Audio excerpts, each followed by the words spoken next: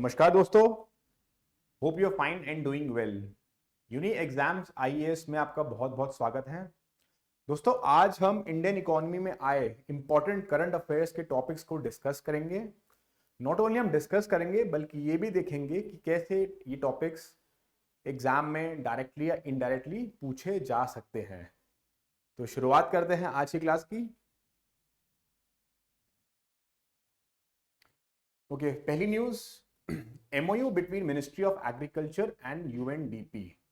देखिए, MOU होता है memorandum of understanding between agriculture and UNDP।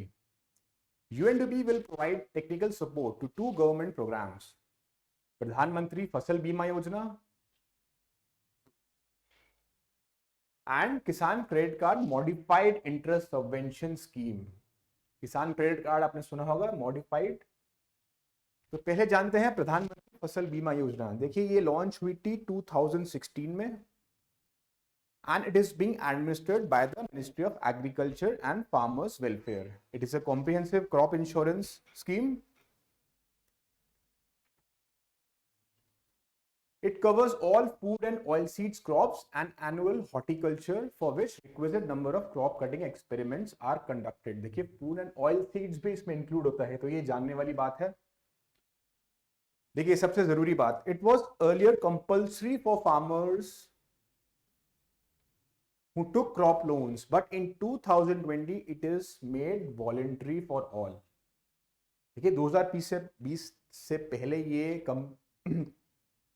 Compulsory थी, 2020 के बाद से इसे वॉलंटरी कर दिया गया है। तो ये है काम की न्यूज, इसे आप जरूर नोट करिए। Okay, how much compensation was received by farmers under प्रधानमंत्री फसल बीमा योजना। देखिए, जो प्रीमियम है, the premium paid by farmers under PMFBY is rupees 21,000 crore, whereas they received around 1.15 lakh crore as compensation। 21,000 crore का उन्होंने इंटरेस्ट दिया, जबकि उनको कंपनसेशन रिसीव हुआ 1.25 लाख करोड़ का। ये इतनी इंपॉर्टेंट नहीं है। देखिए, ये पढ़ते हैं, व्हाट इज किसान क्रेडिट कार्ड स्कीम। किसान credit card scheme is was launch in the year 1998।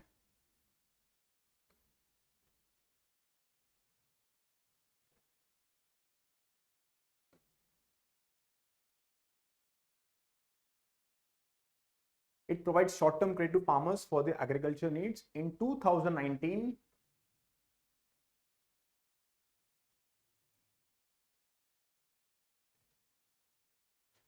देखिए 2019 में किसान KCC scheme is extended to fisheries and animal husbandry also। ये भी एक जरूरी पॉइंट है। How much interest subvention is provided under the KCC scheme. देखिए, सबवेंशन होती है हेल्प, सहायता, मदद सरकार द्वारा फार्मर्स को under KCC scheme. If the banks give short-term crop loans up to rupees 3 lakh to farmers at an interest rate of 7% annum, they will get interest subvention of 2% from the government। 7% पर annum पे अगर के interest मिला, 2% का subvention यानी मदद सरकार द्वारा दी जाएगी। आगे चलते हैं।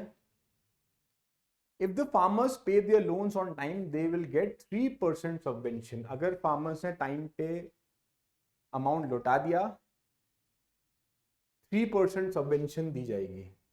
तो इफेक्टिवली फार्मर्स को 4% इंटरेस्ट रेट पड़ा। ये पॉइंट था इस न्यूज का गौर करने वाला। Okay, what is UNDP?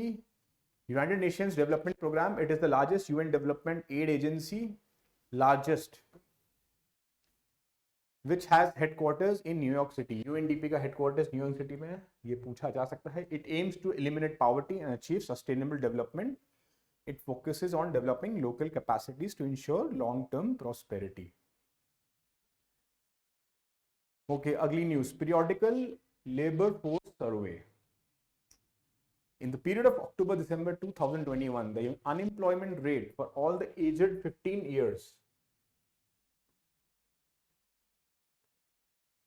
and above in the country's urban areas slipped from 10.3% that was recorded in the same quarter a year ago to 8.7%। पहले 2.3 था, अब जाके गिर चढ़ चुका है 8.7 में। Periodic labour force survey by NSO. देखिए लेबर फोर्स ये कैलकुलेट करती है एनएसओ। देखिए अनएम्प्लॉयमेंट रेट का एज ब्रैकेट होता है 15 to 64 ईयर्स की working population.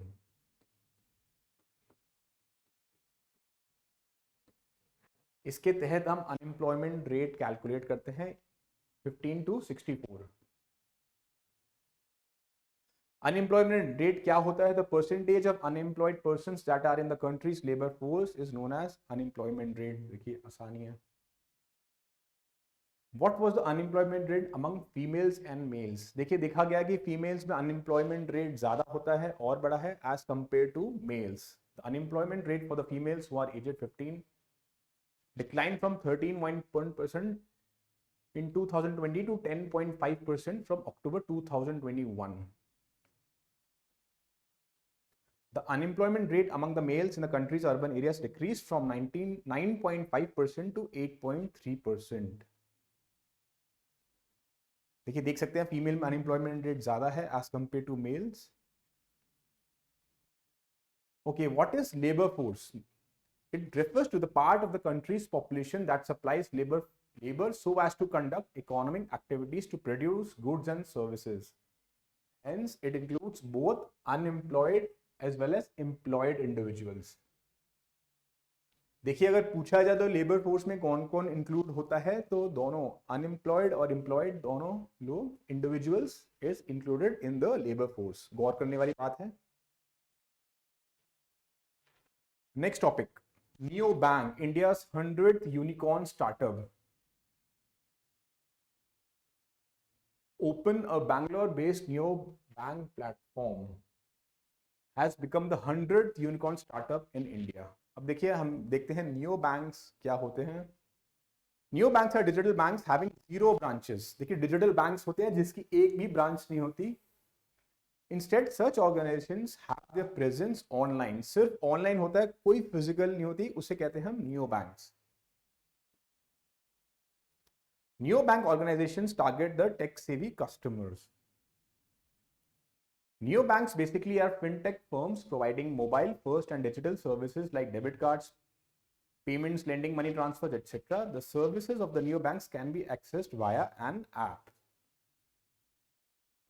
Okay, how many Indian unicorns are profitable? India has 100 unicorn startups, but only 23 out of them are churning profits. देखिए ये एज अ स्टेटमेंट भी UPSC, UPPCS और अंदर competitive exams पूछ सकते हैं, तो ये भी आप गौर फरमाइए। इंडिया हैज अराउंड 100 यूनिकॉर्न्स, इसमें से 23 ही प्रॉफिटेबल है। So this was all about neo banks. Okay, India in Denmark Business Forum. देखिए Indian prime minister Narendra Modi jointly participated with the Prime Minister of Denmark and Crown Prince Frederick of Denmark in the India Denmark Business Forum. देखिए बहुत सारे events वहाँ discuss किए गए थे, green strategy, green technology, innovation, but हम एक important topic discuss करेंगे, ICAR।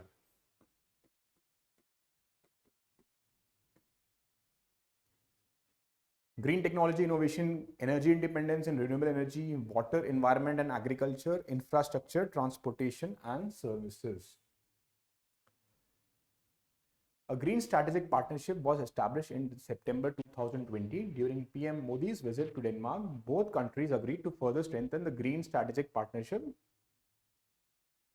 देखिए क्वेश्चन आ सकता है, ग्रीन स्ट्रैटेजिक पार्टनरशिप इंडिया ने किसके साथ करी, तो आंसर इज डेनमार्क। तो ये ग्रीन स्ट्रैटेजिक पार्टनरशिप भी आप ध्यान रखिए। Green hydrogen, renewable energy and watershed development. Okay, international centre for anti microbial resistance solution, ICARs। क्या होता है ये? It is a research partnership supporting the development and implementation of context specific and cost effective solutions to tackle antimicrobial resistance in low and middle income countries। ये statement को भी ध्यान से रखिए, क्वेश्चन में पूछा जा सकता है। सिर्फ लो and middle income countries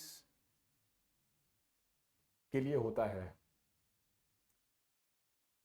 It co-develops tailored solutions with LMIC governments who then implement them on the ground using ICAR's funding and expertise.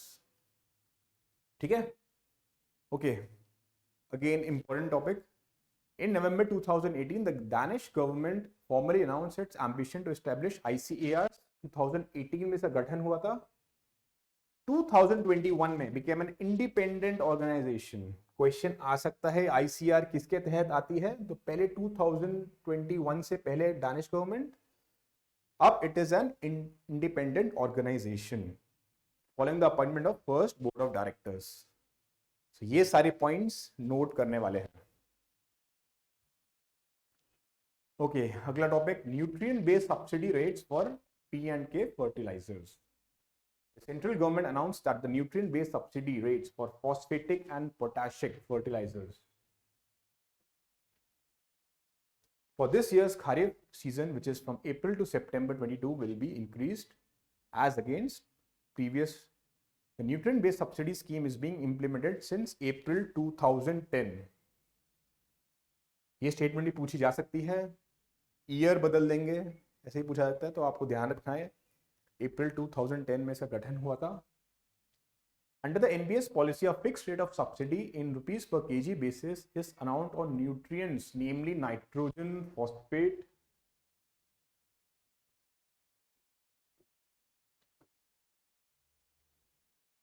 potash and sulfur by the government on annual basis.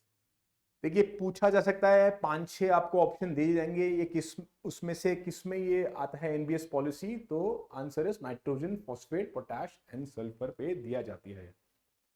Okay, urea and nutrient based subsidy scheme.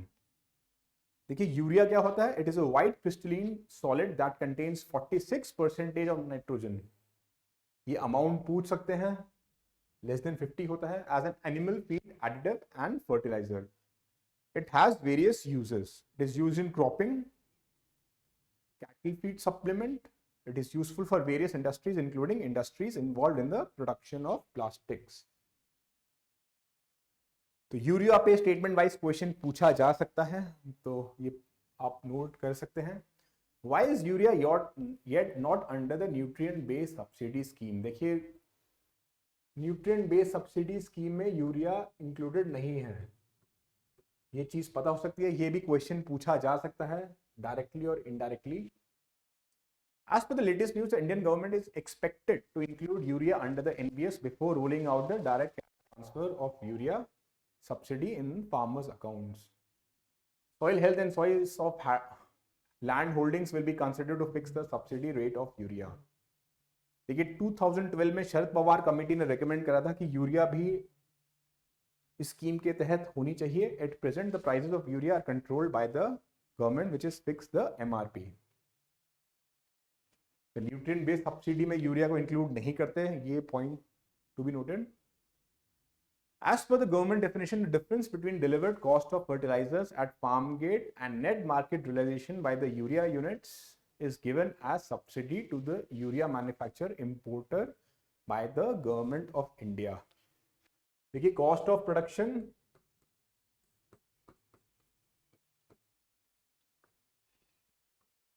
और MRP के difference पे government subsidy provide करती है farmers. New pricing scheme के तहत urea covered होता है. तो इस तरह से क्वेश्चन पूछा जा सकता है about nutrient based subsidy and about urea. Okay, next question. SIPRI report on world military expenditure. A report by the Stockholm International Peace Research Institute, SIPRI. ये आप ध्यान रखिए. On world military expenditure stated that India was the world's third highest military spender, behind the US and China. The global defense expenditure in 2021 reached an all-time high and stood at $2.1 trillion despite the COVID-19 pandemic. तो अगर question पूछा जा सकता है कि world military expenditure report कौन तैयार करता है, तो इसका आंसर है SIPRI. Okay, according to SIPRI data, the top 5 military spenders in the world are US, China, India, UK and Russia. Chronology में शायद पूछ सकता है, तो आपको एटलीस्ट टॉप 5 की ये ऐसे याद तो होने चाहिए। The top 5 countries account of 62% of the world military expenditure. देखिए यूएस का अराउंड 800 बिलियन है, चाइना का अराउंड 200 बिलियन है, इंडिया का अराउंड 70 बिलियन है। 60 to 70 एग्जैक्ट भूल गया, आप देख सकते हैं। Okay, next question. What are DIPAM guidelines on strategic disinvestment? Okay, the public sector enterprises have been barred by the finance minister from participating in the strategic disinvestment of other government-owned companies unless given specific approval by the central governments. देखिए DIPAM क्या होता है?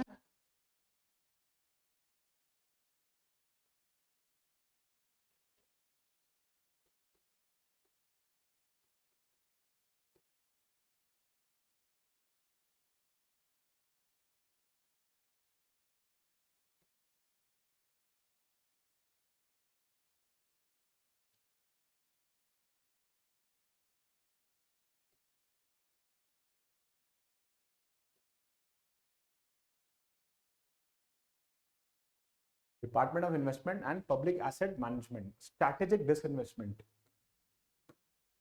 देखिए disinvestment होता है जब government company अपनी stake hold reduce करती है, डाइल्यूट करती है, उसे डिसइन्वेस्टमेंट कहते हैं। स्ट्रैटेजिक डिसइन्वेस्टमेंट क्या होता है? फॉर एग्जांपल कि गवर्नमेंट की कोई कंपनी है, उसके रिलेटेड कोई और कंपनी उसे टेक ओवर करे या उसमें इन्वेस्ट करे या उसको कैप्चर करे, उसे कहते हैं strategic disinvestment. It could be private, it could be public. तो मोस्टली प्राइवेट एंटिटीज जब टेक ओवर करती हैं तो उसे कहते हैं स्ट्रैटेजिक डिसइन्वेस्टमेंट। तो न्यूज है, public sector have been barred by the finance minister unless specific approval given by the central government. Okay, public sector enterprises, state governments, cooperative societies that are controlled by the governments have not been given permission to participate in the strategic disinvestment of other PSUs as bidders unless given approval by the government. तो देखिए ये था, इसमें पूछा जा सकता है दिपम के बारे में। पहले मिनिस्ट्री ऑफ डिसइन्वेस्टमेंट हुआ करती थी, 2016 ऑनवर्ड्स उसका नाम चेंज करके department of investment and public asset management कर दिया गया है। डिसइन्वेस्टमेंट के रिगार्डिंग ही ये मिनिस्ट्री लुक आफ्टर करती है।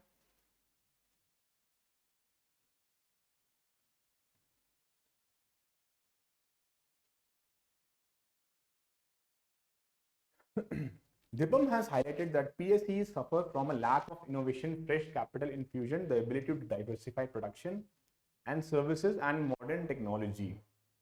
Also, due to multiple accountability systems, these enterprises lack adaptability and are also commercially risk-averse in a diverse business environment. इन सारे drawbacks की वजह से गवर्नमेंट ने होल्ड कर दिया क्या है कि public sector units disinvestment process में पार्ट नहीं लेना चाहिए आइडियली उसको।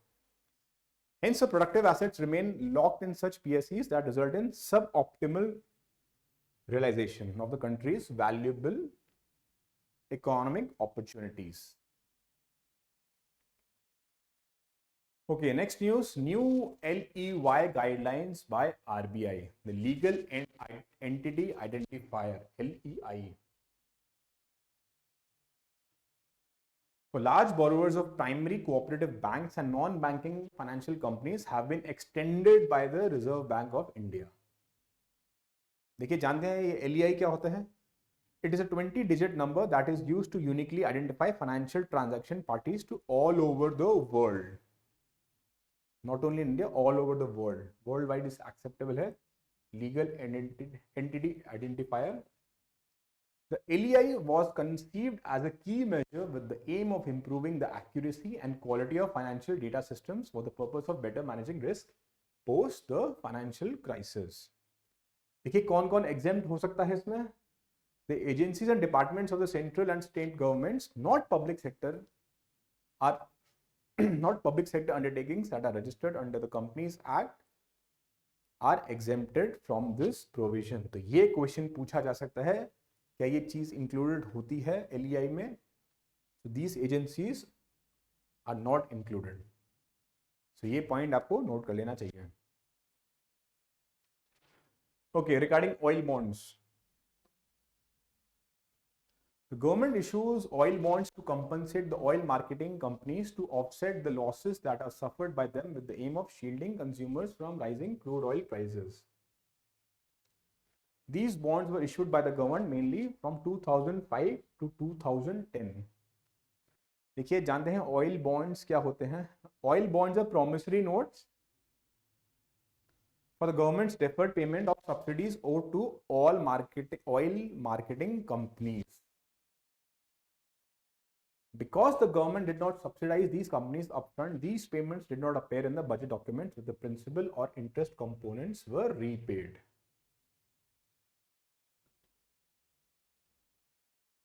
देखिए, आपने पहले क्या होता था, डीजल पे सब्सिडी देती थी, कंट्रोल था प्राइसेस का बाय द गवर्नमेंट, फिर उसे मार्केट रेगुलाइज कर दिया गया है। तो आपने एक टर्म सुनी होगी अंडर रिकवरीज।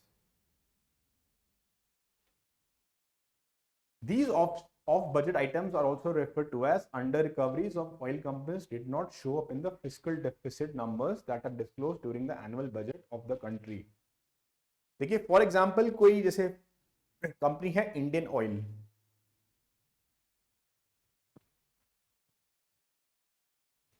उसने डीजल या पेट्रोलियम को एक्सट्रैक्ट करा, कॉस्ट ऑफ प्रोडक्शन, फिर transportation cost, this and that सब मिला के सपोज किए 1 लीटर पे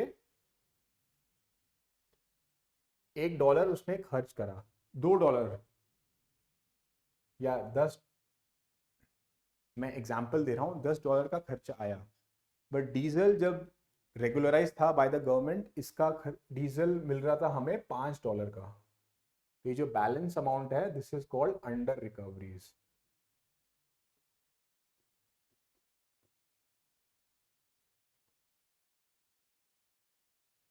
और सपोज कीजिए 1 लीटर डीजल के लिए अगर सरकार $4 खर्च कर रही थी, लेकिन हम लोगों को $1 में प्रोवाइड कर रही थी, तो that also amount is under recoveries.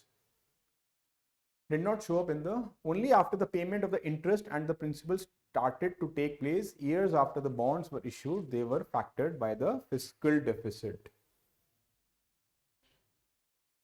जो इंटरेस्ट एंड प्रिंसिपल पेमेंट कर दी गई है, उसके बाद ये फिस्कल डेफिसिट अकाउंट में आएगा, उससे पहले ये डिड नॉट शो नहीं किया जाता था।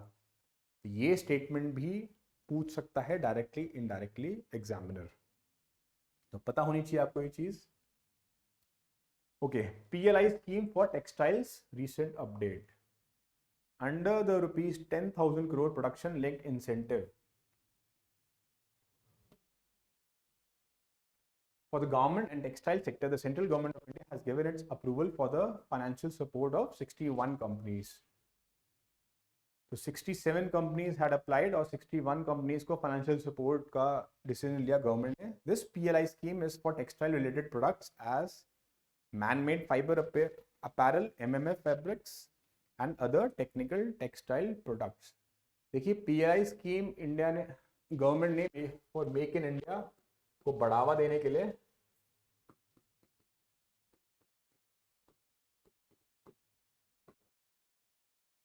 इसके तहत ड्यूटीज को रिड्यूस किया जाएगा, प्रोडक्शन को बढ़ाया जाएगा, कॉम्पिटिटिव जो डोमेस्टिक कंपनीज है उसको बढ़ावा देने के लिए production linked incentive scheme government ने इंट्रोड्यूस की है।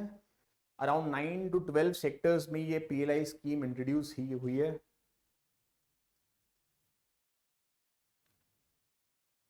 This PLI scheme will help in boosting the domestic manufacturing of MMFs,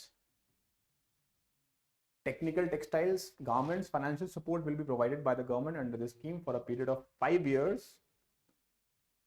ये भी आपको पता होना चाहिए। For manufacturing these products in India, this PLI will help in enhancing the country's exports and manufacturing capabilities. तो 3-4 statements में question पूछा जा सकता है। 5 इयर्स तक दी जाएगी और countries exports and manufacturing capabilities को बढ़ावा देने के लिए PLI is introduced. Okay, what is positive pay system? देखिए वन लाइनर पूछा जा सकता है, what is positive pay system? तो national payments corporation of India has developed the in positive pay system. तो ये कोई पॉइंट याद रखने वाला है, एनपीसीआई ने। Through the system the details of high value cheques are reconfirmed. So banking के रिगार्डिंग, चेक्स के रिगार्डिंग पॉजिटिव पे सिस्टम होता है। ये वन लाइनर या स्टेटमेंट वाइज भी पूछा जा सकता है, तो you should be knowing that.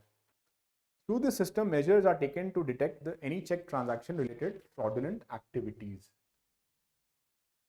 How does this system work? While submitting a high value check, the person also submits details regarding the check like account number, amount, check number, beneficiary name, transaction code, MICR code. These details can be submitted via mobile app, SMS, internet banking, etc., or visiting the branch. The details are then cross-checked while the check is being issued, and any discrepancy noticed is flagged. In case of any notice, the bank notifies the drawer and withholds any payment until a further order is received. So the RBI has instructed the banks of the country to enable this facility all account holders that are issuing checks of amount rupees 50,000 and above. ये point भी आप note कर लीजिए, 50,000 and above के लिए the availing of this facility is the account holder's discretion, but the banks can make it mandatory. Discretion पे होगा account holder, but banks can make it mandatory in the business economy and banking current affairs case that have value of 5 lakhs and above.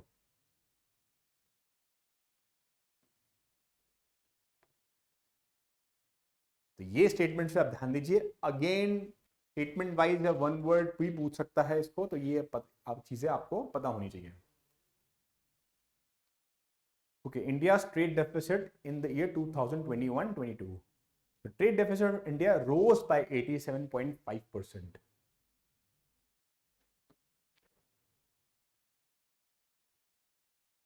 $102 billion से 192 billion पहुंच गया। The total export in the last fiscal year touched a record margin of 417 billion. The imports for the same period soared to touch 610 billion. ये figures इतने important नहीं है, पर ये पता होना चाहिए कि एक्सपोनेंशियली या बहुत कम या ज़्यादा, तो 87.5% का इंक्रीज हुआ है। तो स्टेटमेंट वाइज क्वेश्चन पूछा जा सकता है। thus leaving USD 192.41 billion trade gap. Okay, India Australia Economic Cooperation and Trade Agreement. देखिए सीधा सीधा क्वेश्चन पूछा जा सकता है कि economic cooperation and trade agreement किसके साथ, किस कंट्री के साथ इंडिया ने साइन करा? तो the answer is Australia.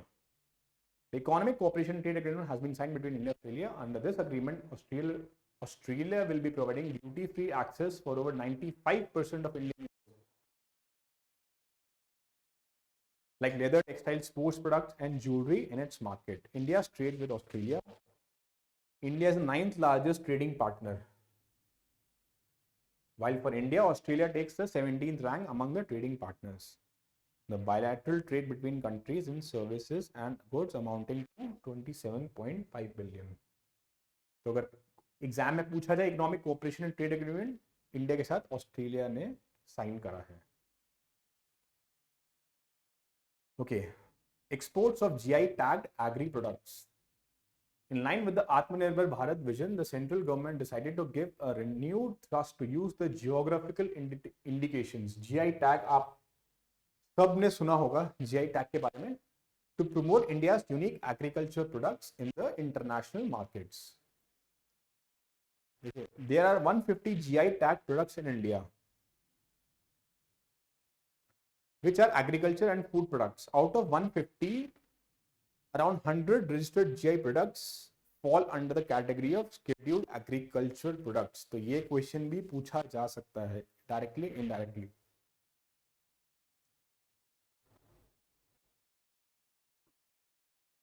Cereals, processed products, vegetables, etc. आप नोट कर सकते हैं। The two most popular GI tagged agriculture products of India are Darjeeling tea, आप लोगों ने सुना होगा, and basmati rice. However, many other GI tag products from various states have been huge export potential. ठीक है, the role of APEDA, ये term आपने सुनी होगी. The agriculture and processed food products export development authority APEDA was established by the government of India under the Agriculture and Processed Food Products Export Development Authority Act passed by the Parliament in the year 1985. Passed by the Parliament. तो ये question भी statement में पूछा जा सकता है APEDA के बारे में.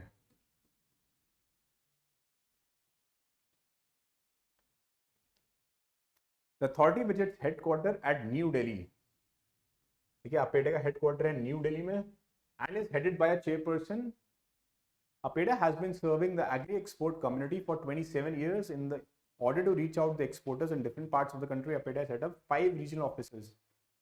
ये भी पूछा जा सकता है कितने रीजनल ऑफिसेस हैं, हेडक्वार्टर कहाँ पर है.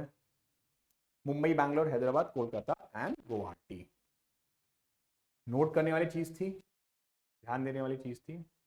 Reserve bank innovation hub. Okay, the Reserve Bank Innovation Hub has been inaugurated by Shaktikant Das, the governor of the RBI in Bengaluru.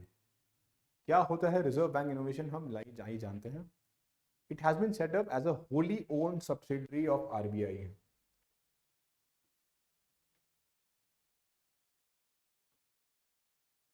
With rupees 100 crore as an initial contribution. ये statement में question पूछा जा सकता है. Amount change कर देंगे, wholly owned या partially owned पूछ सकता है स्टेटमेंट में. An independent board has been constituted for this hub with S Gopal Krishnan selected as the chairman. ये चीजें आपको पता होनी चाहिए. The board also has other individuals from academia as well as industry. This initiative of the RBI puts it among a select few global central banks that are trying to bring about change in the mode of engagement while trying to bring about innovations in the sector. क्या aim होता है इसका? Is to create an ecosystem that will focus on promotion of access to various financial products and services. The role of RBIH का पूछा जा सकता है statement में for the low income group population across the nation. Low income group के लिए इस statement को भी ध्यान दीजिए. The RBI has been set up to nurture and encourage innovations in the financial sector in a sustainable manner. Okay, next, RBI framework for microfinance lenders. On 14 March, RBI announced regulatory framework on microfinance loans. Removal of margin caps. The RBI has done away with the margin caps on the pricing of small loans given by non-banking financial companies. जो margin cap पे हटा दिए गए हैं by NBFCs, microfinance institutions. ये point ध्यान देने वाला है. Earlier, there was a limit on the interest rate charged by microfinance lenders. The maximum interest rate was 10 to 12% above the cost of funds incurred or 2.75 times the average base rate of the 5 largest commercial banks, whichever is lower. इन दोनों में से जो lower है. Now the removal of margin caps brings NBFCs, MFIs to the same level as other lenders such as banks. This will pave the way for the underwriting of loans based on risk analysis. Also, depending on the borrower, a risk premium can be charged by the lenders.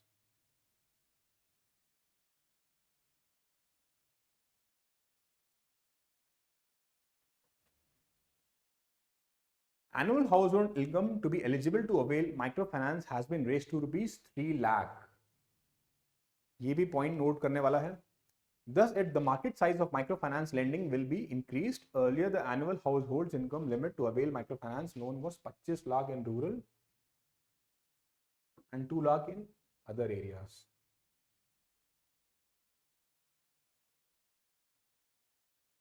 ठीक है, 2.5 होना चाहिए, 25 लिखा हुआ है. Okay, next, EPFO interest rate update. Employees Provident Fund Organization, EPFO, has decided to reduce the interest on Provident Fund from 8.5% to 8.1%. ये आप लोगों ने न्यूज़ में ज़रूर सुना होगा, काफ़ी चर्चा हुई थी इसके बारे में. The interest rate of 8.1% will be the lowest interest rate since 1977-78. ये पॉइंट आप ध्यान रखिए जरूर. When the figure stood at 8%, this cut in interest rate will impact 5 crore subscribers of the Provident Fund. ठीक है. Earlier, EPFO had cut the Provident Fund deposit rates to 7-year low of 8.5%. The interest rate was kept unchanged in the fiscal year 2020-21. ठीक है. About EPFO के बारे में जानते हैं. Employees Provident Fund Organization is the statutory body. ये slide काम की है. Founded in 1952. EPFO is under the Ministry of Labor and Employment and is responsible for the regulation, management and administration of provident funds in India. Statutory body है 1952 में incorporate हुई थी and management and administration provident funds ये काम होते हैं EPFO के.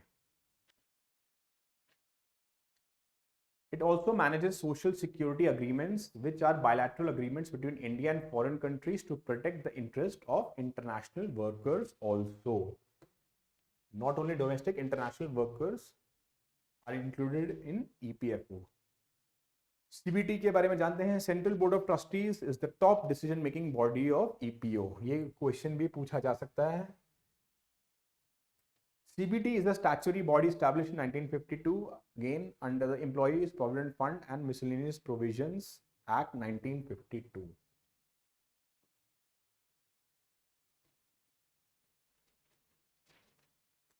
The composition of CBT includes chairman, vice chairman, 5 representatives of center, 15 of states, 10 employees and 10 employees representatives. Sorry, employers representatives. Executive committee of CBT is chosen from the members of CBT. The role of the executive committee is to assist CBT in the discharge of its functions related to administration. तो statement wise अगर question पूछा गया CBT का तो उसके composition के बारे में पूछ सकता है. तो ये भी आपको पता होनी चाहिए. Okay, about UAN. The government of India launched 12-digit universal account number in 2014. UAN is allotted to employees covered by EPFO. EPFO के regarding है to enable provident fund number portability. The EPFO generates UAN for each provident fund member. UAN remains same throughout an employee's lifetime and does not change between the jobs. अगर आपने किस कारणवश job change कर दी है तो आपका UAN same रहता है through out your career. UAN acts as an umbrella for numerous member identification numbers allotted to an employee by different organizations. All IDs are linked to UAN. Okay, next, India's MCAP in top 5. For the first time, India's equity market reached the world's 5th position in terms of market capitalization. इसके बारे में जानेंगे. At present, India is ranked 5th after the US, China, Japan and Hong Kong. देखिए market cap के हिसाब से India है 5th number पे, 5th largest है in the world. Market cap is the total market value of publicly traded companies' outstanding shares of stock. It is calculated by multiplying the total company's outstanding shares by the current market prices of one share. जितने भी total shares हैं company का, अगर उसको हम current price से multiply करते हैं तो हमें मार्केट कैप की कैलकुलेशन का पता लग जाता है. Okay, MSME Innovative Scheme. On 10th March 2022, Narayan Rane, Minister of Micro, Small and Medium Enterprises, MSMEs, launched the MSME Innovation Scheme. So, innovative scheme aims to guide the MSMEs in developing business ideas. Thus, the scheme acts as a hub for innovation activities.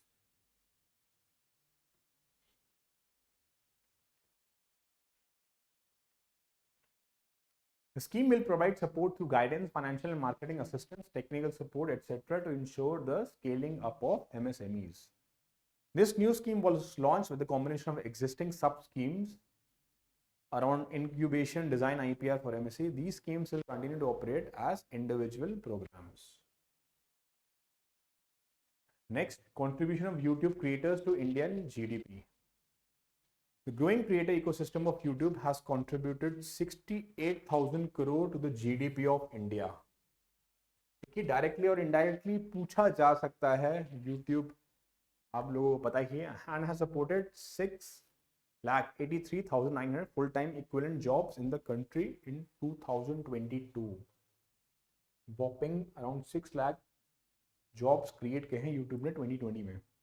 This statement has been issued by an independent report done by Oxford Economics.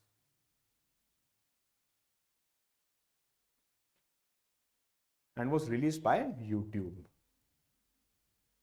On YouTube, the number of Indian channels with over 1 lakh subscribers stood at 40,000, which represents a 45% over-year growth. In addition to the revenue generated on YouTube, a creator's presence on the platform can help them gain a global fan base, push boundaries, and explore multiple revenue streams via brand partnership, live performance, and more. Consulting firm Oxford Economics. Statement में पूछ सकते हैं YouTube क्या या किसी other digital का GDP में contribution. Draft framework on sustainable financial lending. International financial services centre authority IFSCA invited public to comment on draft framework on sustainable and sustainability linked lending by financial institutions in the IFSCs. देखिए इसके बारे में जानते हैं. The draft guidance framework seeks to encourage the IFSC banking units and finance companies or finance units for internally developing a comprehensive board approved policy on green or social or sustainable or sustainability linked lending. It intends to provide a broad framework for the adoption of principles aligned with existing international standards, including green or social loan principles developed by loan market associations, climate bond standards, Capital Market Association and another similar recognized standard. देखिए ये highlights हो गई, ये ज्यादा important नहीं है. IFSC के बारे में हम जानते हैं. Was established by central government for regulating all financial services. Was established by central government. It is headquartered in Gandhinagar, Gujarat. पूछ सकता है स्टेटमेंट वाइज क्वेश्चन आया तो. Its key function includes regulate financial products like securities, deposits, or contracts of insurance, financial institutions, and financial services. To regulate any other financial products, financial services, or financial institutions. To recommend any other financial products, financial services to the central government which may be permitted and IFSC.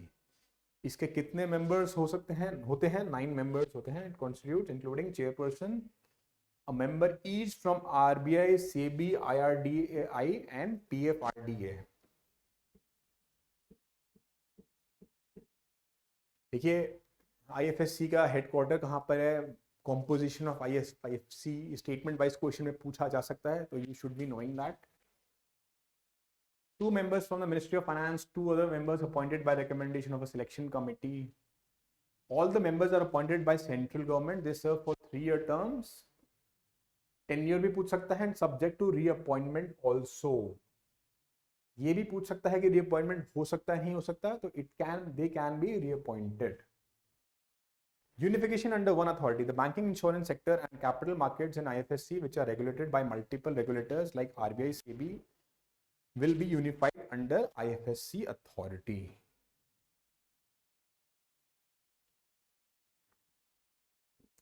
Okay, next, PFRDA's guaranteed return scheme. The PFRDA is planning to launch a guaranteed return scheme called Minimum Assured Return Scheme, MARS. This scheme will be launched to provide people from salaried class as an option for their investment. क्या है plan इसका, आइए जानते हैं. PFRDA has appointed EY Actuarial Services Limited Liability Partnership as a consultant in order to help in designing the proposed MARS under National Pension Scheme. It will be the first scheme from pension regulator to offer a guaranteed return to investors. First scheme from pension regulator.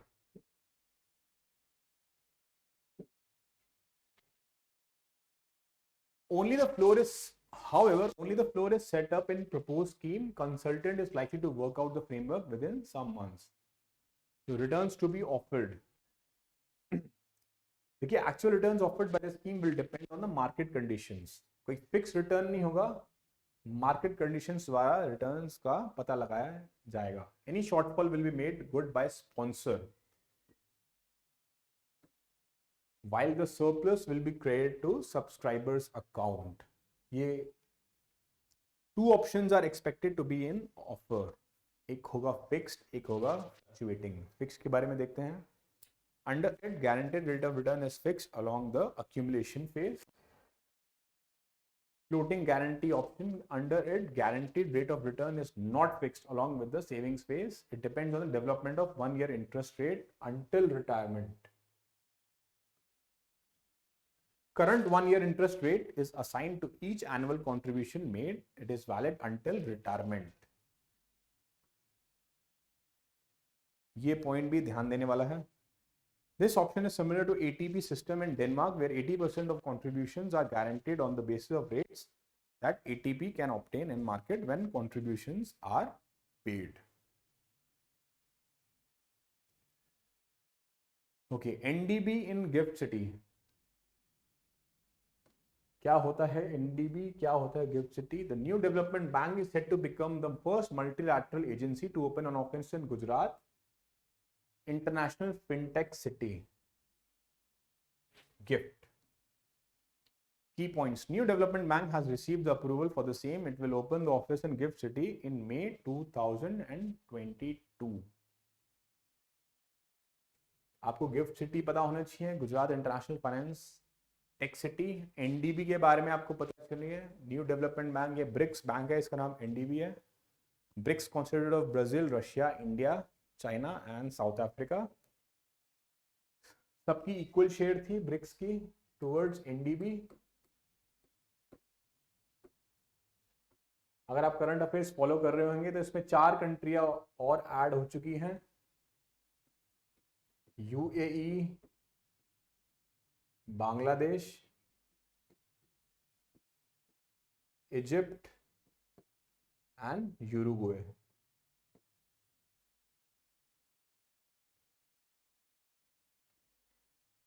ठीक है, that's why it was in the news. Indian office will help in identifying suitable projects and try to create a pipeline of potential financing for NDB. It is expected to partner with newly launched National Bank for Financing Infrastructure and Development (NBFID) in a bid to support crucial infrastructure projects across India. Okay, SWIFT ban on Russia. The US and the EU have decided to cut off a number of Russian banks from SWIFT, the main international payment system, which will limit Moscow's ability to access its foreign reserves. Earlier, Iran was the only country. देखिए news में सुना होगा आपने Swift bank on Russia. इससे पहले similar Iran and EU ने Iran पे ban लगाया था रिगार्डिंग स्विफ्ट. स्विफ्ट होता क्या है? Society for Worldwide Interbank Financial Telecommunication System is a secure platform that is used by various financial institutions to exchange information related to global monetary transactions like money transfer. It does not directly move money around. Instead, it serves as a middleman by providing secure financial communication services for more than 11,000 institutions. It is located in Belgium. SWIFT का ये ध्यान देने वाली बात है. और 11 countries इसका part है. The countries are France, Canada, Italy, Germany, the Netherlands, Japan, Switzerland, Sweden, US, UK and Belgium. ये ध्यान देने वाली बात थी. Okay, what is Angadia system? आप लोगों ने जरूर सुना होगा. इसको हवाला से भी जोड़ा जा सकता है आंगड़ी सिस्टम को. आइए इसके बारे में जानते हैं. Angadia system is a century-old parallel banking system. In this, traders send cash from one to another through a person called Angadia. Angadia stands for courier. In this system, huge cash is involved. It becomes the responsibility of Angadia to transfer cash from one state to another. For this purpose, Angadia charges a nominal fee. देखिए जब cash में dealing होती है एक person दूसरे person with in state या different state में पैसे ट्रांसफर करता है उसे कहते हैं अंगड़िया system. This system is mostly used in jewelry business, for which Mumbai Surat is the most popular route because they are two ends of the diamond trade.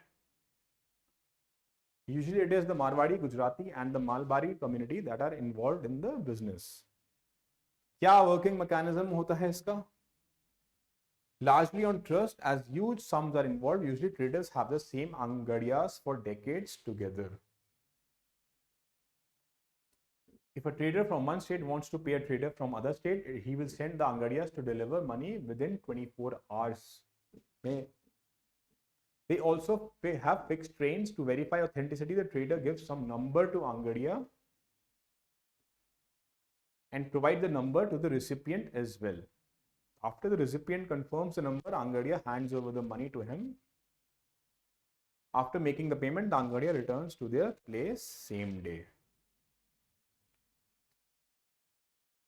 Okay, Angadia system is legal. Again, statement उसमें पूछा जा सकता है Angadia system legal है according to the government, but it is suspected that the system is used to transfer unaccounted money. Since the business deals are in cash and no account is maintained for the same, thus there have been suspicions that it is used to transfer black money like hawala transactions.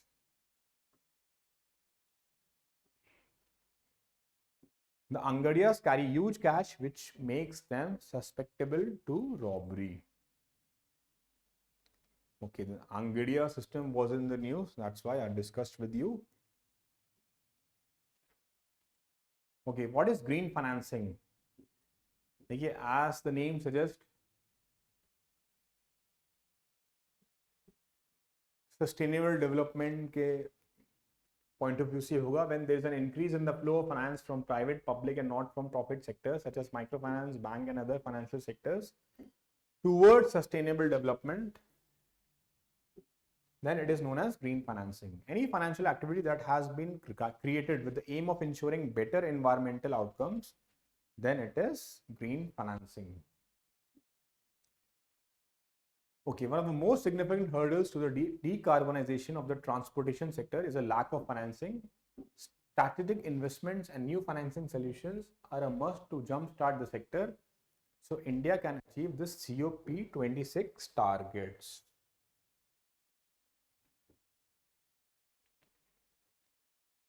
Okay, next topic, Financial Stability and Development Council. Again, ये भी पूछा जा सकता है directly, indirectly. The government had set up the Financial Stability and Development Council in association with financial market regulators. This was done to institutionalize and strengthen the system for maintaining financial stability, improve interregulatory coordination, and promote financial sector development. The council also supervises macroprudential supervision of the economy, especially the functioning of big financial conglomerates, and resolves interregulatory coordination and development issues of the financial sector. Okay, next, lavender cultivation in Ramban, Purple Revolution under Aroma Mission. Okay, under the mission, farmers were given free lavender samplings for the first time in Doda district of Jammu and Kashmir. Those who had cultivated lavender before were charged between 5 and 6 per sampling. This revolution was started for supporting agroeconomy based on domestic aromatic crop by providing from important aromatic oils to homegrown varieties. देखिए lavender के बारे में जानते हैं, it comes under purple revolution, तो purple revolution भी आपको पता होना चाहिए.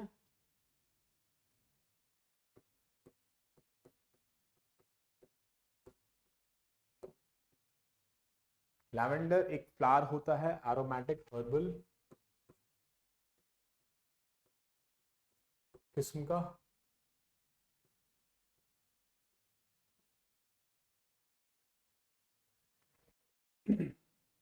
इसको ग्रो करने के लिए, जैसे अगर लैवेंडर के बारे में बात करेंगे तो लेस रेनफॉल,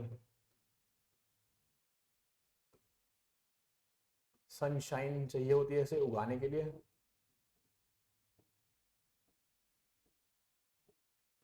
सॉइल की बात करें तो it should be rich in calcium carbonate,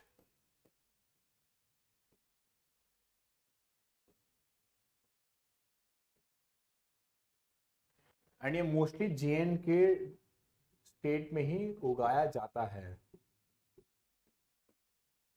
restricted to JNK. तो ये स्टेटमेंट वाइज क्वेश्चन पूछा जा सकता है लैवेंडर के बारे में।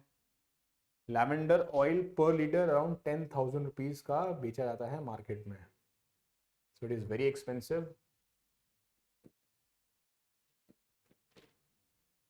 So the government is promoting the cultivation of lavender and extracting oil from it, not only in J&K but other Himalayan states also, like Himachal, Uttarakhand, Arunachal, etc. So it was in the news. That's why I discussed with you.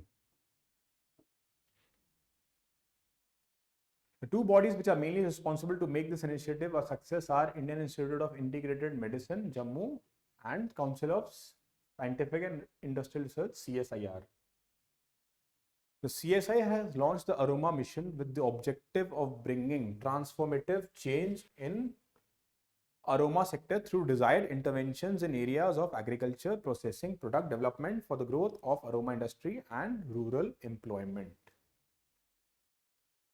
Okay, India UAE Comprehensive Economic Partnership Agreement. Again, अगर पूछा जाएगा, Comprehensive and Economic Partnership Agreement was signed between India and EU. India and the UAE have signed a trade agreement that will decrease import duties on the majority of Indian exports to the UAE. The CEPA is the Narendra Modi government's first significant trade agreement since coming to power in 2014. Important agreement है, तो पूछी जा सकती है exams में directly और indirectly. While the government expects a decrease in import duties to benefit a wide range of products, the government expects it to increase exports of gems and jewelry as well as clothes to the UAE, bringing total trade to $100 billion in the next 5 years. After China and the US, the UAE is India's third largest trading partner in the world. ये ध्यान देने वाली चीज है. As of 2020-21, bilateral trade between the two countries reached 43.3 billion with the thousands of items traded. ठीक है? Okay, next, National Mission for Transformative Mobility and Battery Storage. The National Mission on Transformative Mobility and Battery Storage was launched with the objective of promoting clean, shared, connected, sustainable, and holistic mobility initiatives. It is valid for 5 years. ये ध्यान देने वाली बात है. Until 2024, the National Mission on Transformative Mobility and Battery Storage with an inter-ministerial steering committee is chaired by the CEO of NITI Aayog. पूछा जा सकता है directly, indirectly. It recommends and drives the strategies of phased manufacturing programs and transformative mobility for electric vehicles, EV components and batteries. The mission coordinates with the key stakeholders in ministries or departments and states for integrating several initiatives in transforming mobility in India. Okay, Japanese industrial township JITs in India. The Department for Promotion of Industrial and Internal Trade, DPIT, and Ministry of Economy, Trade and Industry, METI of Japan held annual meeting to review the progress under Japanese industrial townships in India. Why was set up? Japan industrial townships were set up in accordance with the action agenda for India-Japan investment and trade promotion and Asia-Pacific economic integration, which was signed between METI and India DPIT. Japan industrial townships in India, specifically Delhi-Mumbai industrial corridor and Chennai-Bengaluru industrial corridor. Question में ये places का नाम change करके पूछा जा सकता है, तो you should be knowing it's is regarding Delhi Mumbai and Chennai Bangalore industrial corridor, increasing Japanese investments to India. तो ऐसे क्वेश्चन पूछा जा सकता है, तो you should be knowing this. Okay, target for renewable energy in agriculture sector. The central government has set the target to replace diesel with renewable energy in agriculture sector by the year 2024.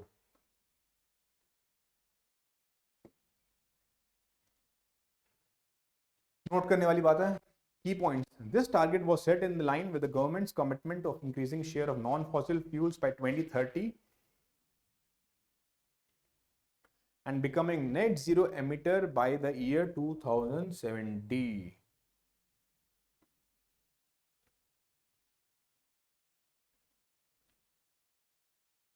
Okay, through Kusum scheme, the central government is also running a scheme to solarize the agriculture. This would help in installing solar and irrigation systems. अब बात करते हैं कुसुम scheme की। PM Kusum scheme was announced in budget 2018 and was approved in 2019. ध्यान देने वाली बात है, it is dubbed as किसान ऊर्जा सुरक्षम एवं उत्थान महाअभियान scheme, Kusum scheme. Under the scheme, farmers are given option to sell additional power generated through solar power projects installed in their barren lands to the grid.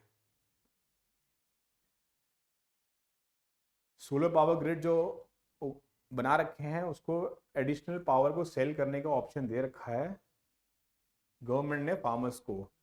The scheme seeks to add a solar capacity of 30.8 gigawatts by 2022.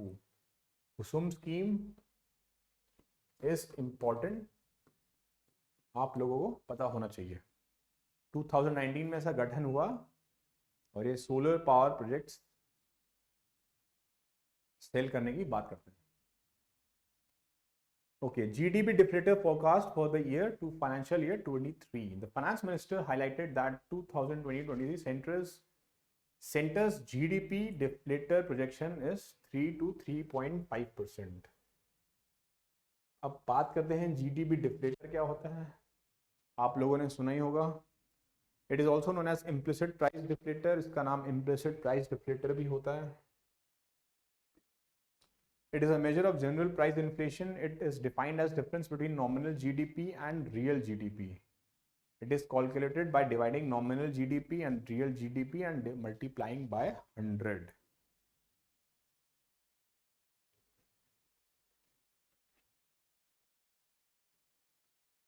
देखो real GDP में जब हम nominal real GDP क्या होता है, जब हम nominal GDP में इन्फ्लेशन ऐड करते हैं it comes to real GDP. तो अभी गवर्नमेंट के हिसाब से the GDP deflator is around 3.3 to 3.5%। Nominal क्या होता है, it is the market value of goods and services which are produced in economy, उसको नॉमिनल बोलते हैं। जब उसमें इन्फ्लेशन ऐड करते हैं तो उसे रियल जीडीपी बोलते हैं। सो nominal GDP is measured at current prices, आपको पता होगा, and this real GDP constant prices पे मेजर होती है। Okay, which ministry comes out with GDP deflator? Ministry of Statistics and Program Implementation. ये क्वेश्चन भी पूछा जा सकता है। It calculates the GDP deflator, and this deflator is revised when there is any change in the base of GDP series. Revise तब करते हैं जब सीरीज बेस में सीरीज का चेंज हो, तब जाके करते हैं। Okay, next, India's first biomass-based hydrogen plant. India's first commercial-scale biomass-based hydrogen plant will be constructed in Khandwa district of Madhya Pradesh. Directly पूछा जा सकता है कि फर्स्ट बायोमास-बेस्ड हाइड्रोजन प्लांट कहाँ खुलेगा, खांडवा डिस्ट्रिक्ट में खुलेगा, मध्य प्रदेश में। From 30 tons of biomass feedstock, biomass-based hydrogen plant will produce a ton of hydrogen per day. It will produce biochar and methane.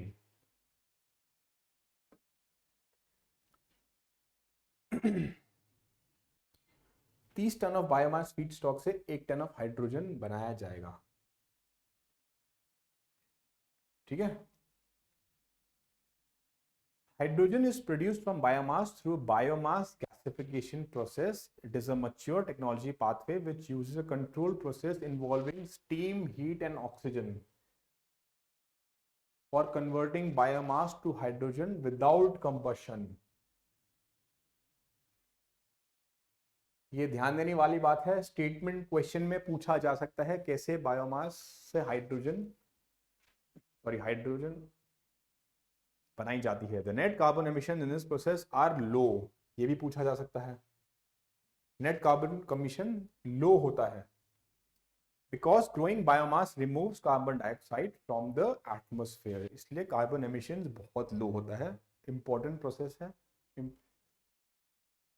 What is biomass? Biomass is renewable organic resource. It includes agriculture crop residues like wheat straw or corn stover. Special crops grown for energy use like switchgrass or willow trees, forest residues, animal waste and organic municipal solid waste. This renewable source can be used for produce hydrogen and byproducts also. तो ये भी आपको पता होना चाहिए। नीति आयोग समृद्धि initiative पूछा जा सकता है। Samriddhi initiative is related to sustainable access to markets and resources for innovative delivery of health care. Health care regarding है Samriddhi initiative, announced by Atal innovation mission of NITI Aayog in association with US agency for international development. NITI Aayog का है, किसके under आता है, question पूछा जा सकता है। अगर आपने प्रीवियस ईयर क्वेश्चंस सॉल्व करे हैं तो नीति आयोग के अंडर है Samriddhi initiative. This new partnership will improve access to quality and affordable health care for vulnerable population across tier 2 and tier 3 cities, not only tier 2 and tier 3 as well as rural and tribal regions also. तो अगर question में options दी गई तो उसमें अगर urban भी दिया हुआ तो अर्बन को आप कैंसिल करके tier 2 tier 3 as well as rural and tribal regions, sorry tier 1 cities में नहीं होता इंक्लूड, टायर 2 टायर 3 सिटीज में होता है।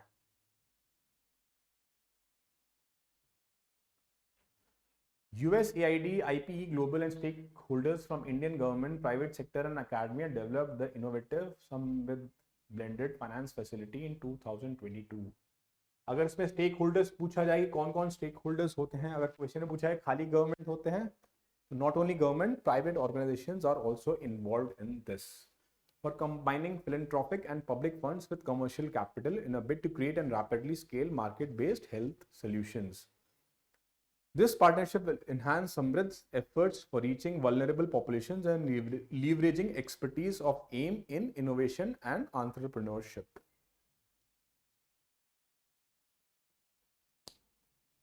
AIM and Samrid will leverage public sector resources and philanthropic capital for offsetting barriers for commercial investments across small and medium health enterprises. क्या significance है इसकी? Will help in strengthening India's health systems with sustainable business innovations and solutions. The collaboration will also share the commitment of Atal Innovation Mission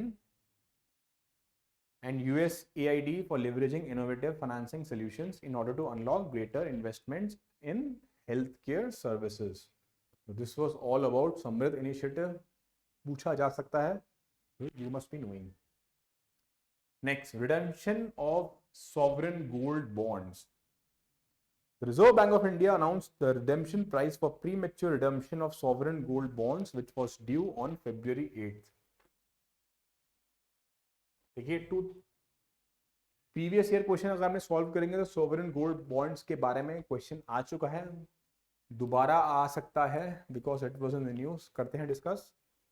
the redemption price was ₹4813 per unit. It is around 85% premium from its issue price. ध्यान देने वाला statement है। Redemption price was set on the basis of simple average of closing gold price for January 31, February 4, 2022. क्या होते हैं sovereign gold bonds या government securities which are denominated in grams of gold? They are substitutes for physical gold Investors are required to pay the issue price in cash and bonds are redeemed in cash after maturity. The bond is issued by RBI on behalf of the Government of India. As per the government's notification, redemption may be permitted after 5th year.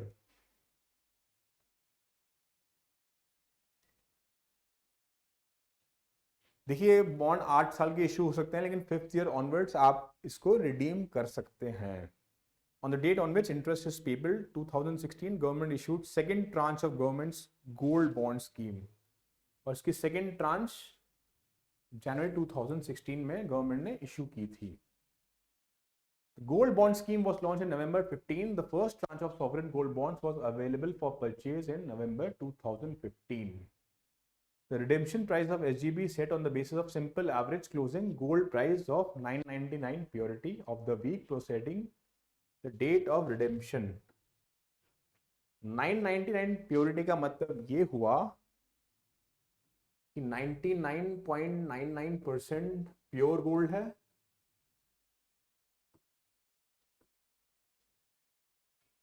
और 0.01% उसमें other metal है.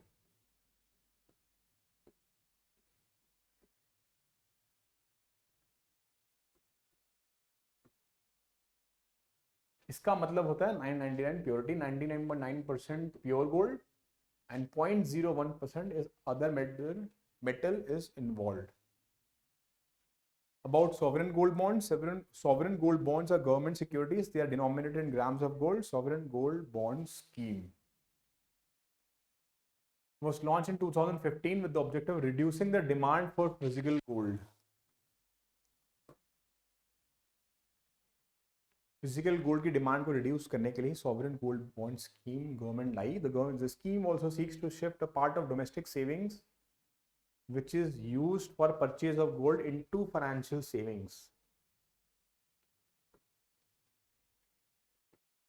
ये statement wise question पूछा जा सकता है. जब statement के जो क्वेश्चंस होते हैं डोमेस्टिक सेविंग को फाइनेंशियल सेविंग्स में कन्वर्ट करने के लिए ही स्कीम लाए थे. Bonds are offered for sale on issue price when they first become available to the public. They have a tenure of 8 years. Exit options available 5th year. जैसे redemption हमने पिछले उस स्लाइड में पढ़ा था, 5th year onwards आप exit कर सकते हो. tenure होता है इसका 8 years. पूछा जा सकता है तो that's why it's important. Okay, PM Divine Scheme. Direct question पूछा जा सकता है कि डिवाइन स्कीम किसके तहत है. तो आप आइए पढ़ते हैं. In union budget a new divine scheme was proposed by finance minister Sitharaman. Government announced divine scheme with the initial allotment 1500 crore. It stands for Prime Minister Development Initiative for North East. Development of North East is related to PM Divine Scheme. The scheme aims to fund infrastructure and need-based social development, including one of a kind bamboo link roads in Mizoram. इस चीज को भी ध्यान दीजिएगा, bamboo link roads in Mizoram. The scheme will be implemented by Northeastern Council. However, this scheme is not a substitute existing central or state schemes. ये statement भी आप ध्यान रखिए. Significance क्या है इसका? Will fund infrastructure in line with the PM Gati Shakti and social development projects. Funding will be done on the basis of felt needs of the Northeast. It will enable livelihood activities for youth and women. It will also help in filling the gaps across various sectors. Okay, next है Vibrant Villages program. The Vibrant Villages program will be launched to improve infrastructure in villages along India's border with China.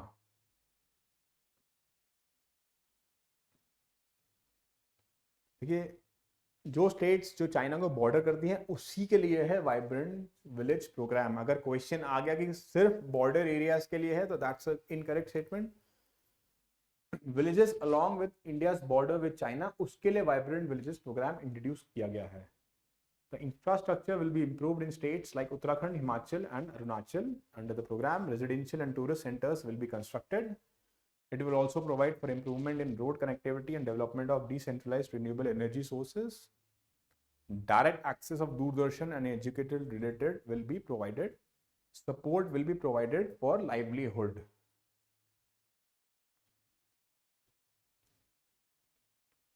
ठीक है, सिर्फ connectivity नहीं है, उसके development, resources, Doordarshan, education related channels भी provide किए जाएंगे. तो होलिस्टिक अप्रोच के तहत आता है वाइब्रेंट विलेजेस प्रोग्राम. तो अगर क्वेश्चन में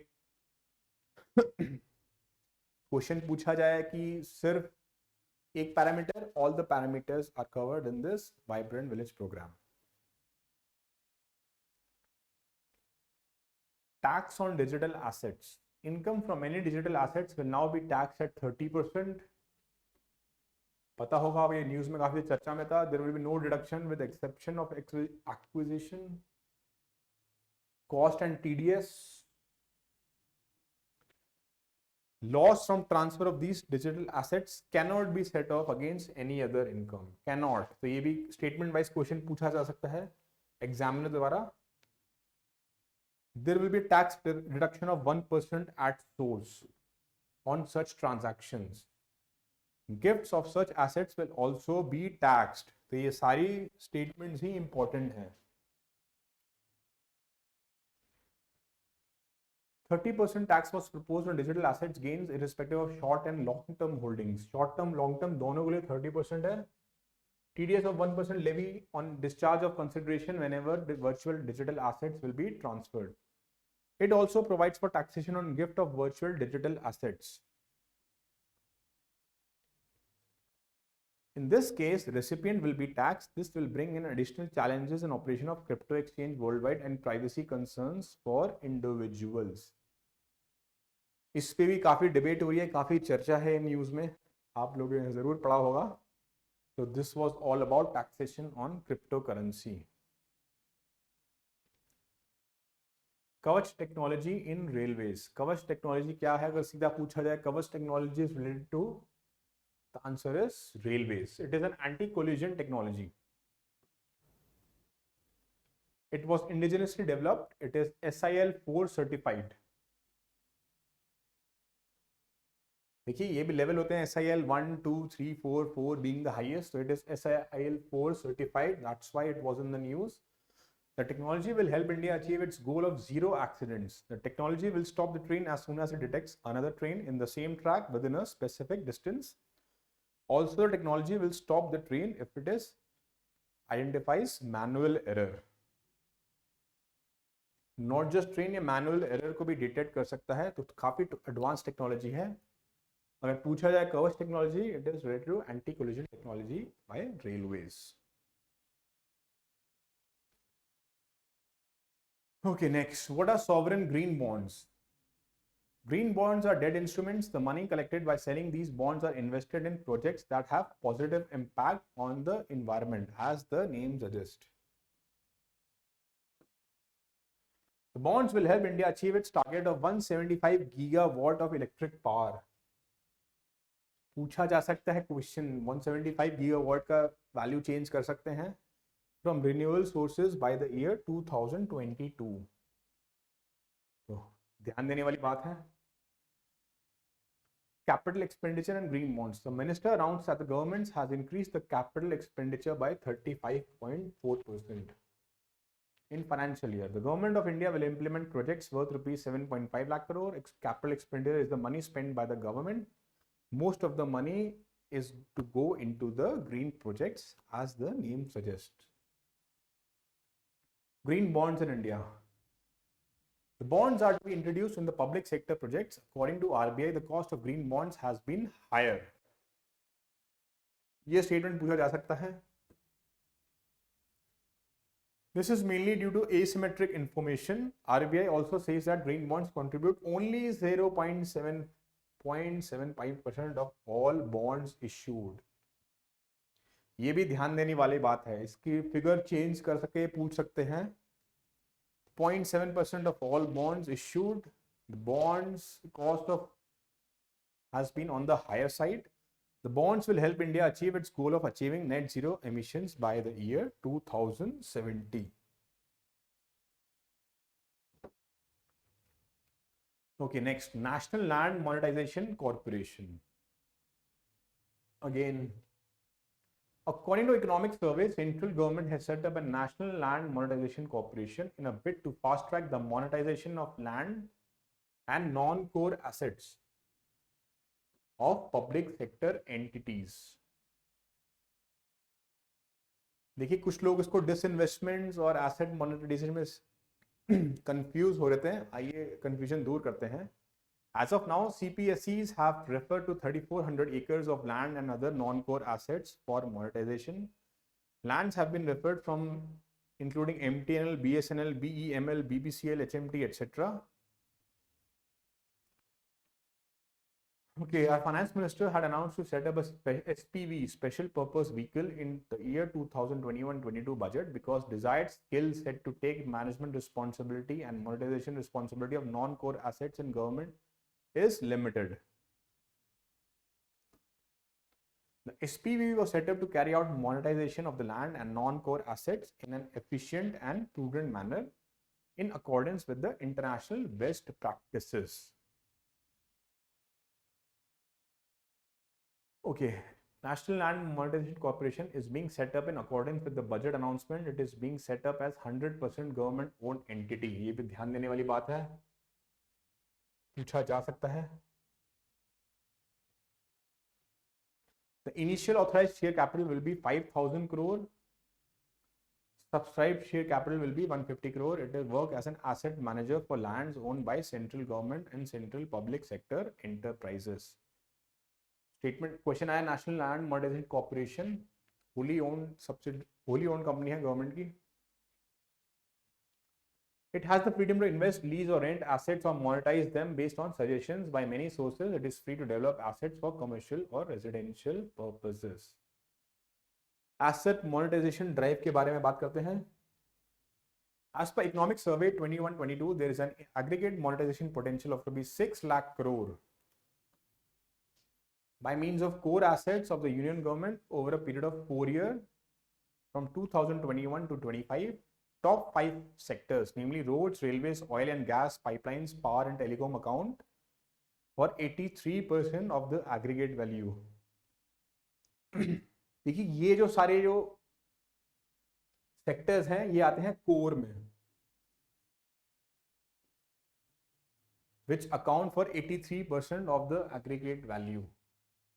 और जो बाकी लेस इंपॉर्टेंट सेक्टर्स होंगे वो नॉन कोर एसेट्स में आएंगे, जो इंपॉर्टेंट हैं वो आते हैं कोर एसेट्स में.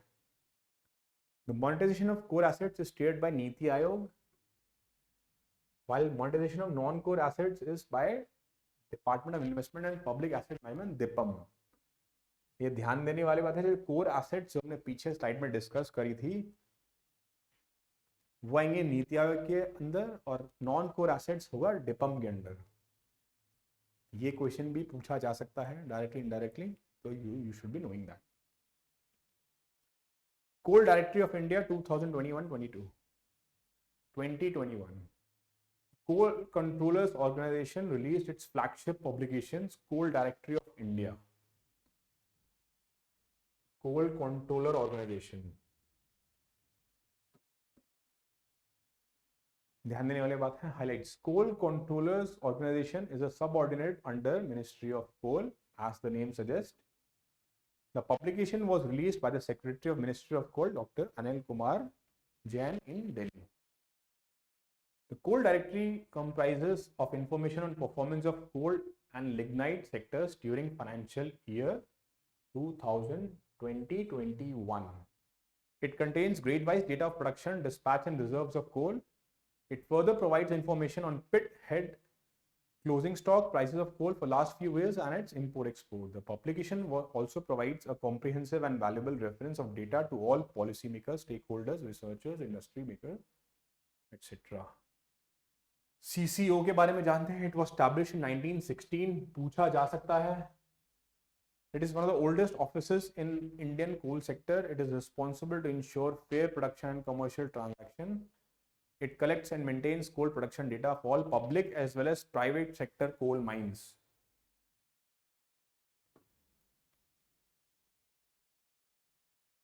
क्वेश्चन में पूछा जाता है खाली public sector, no it includes public and private both.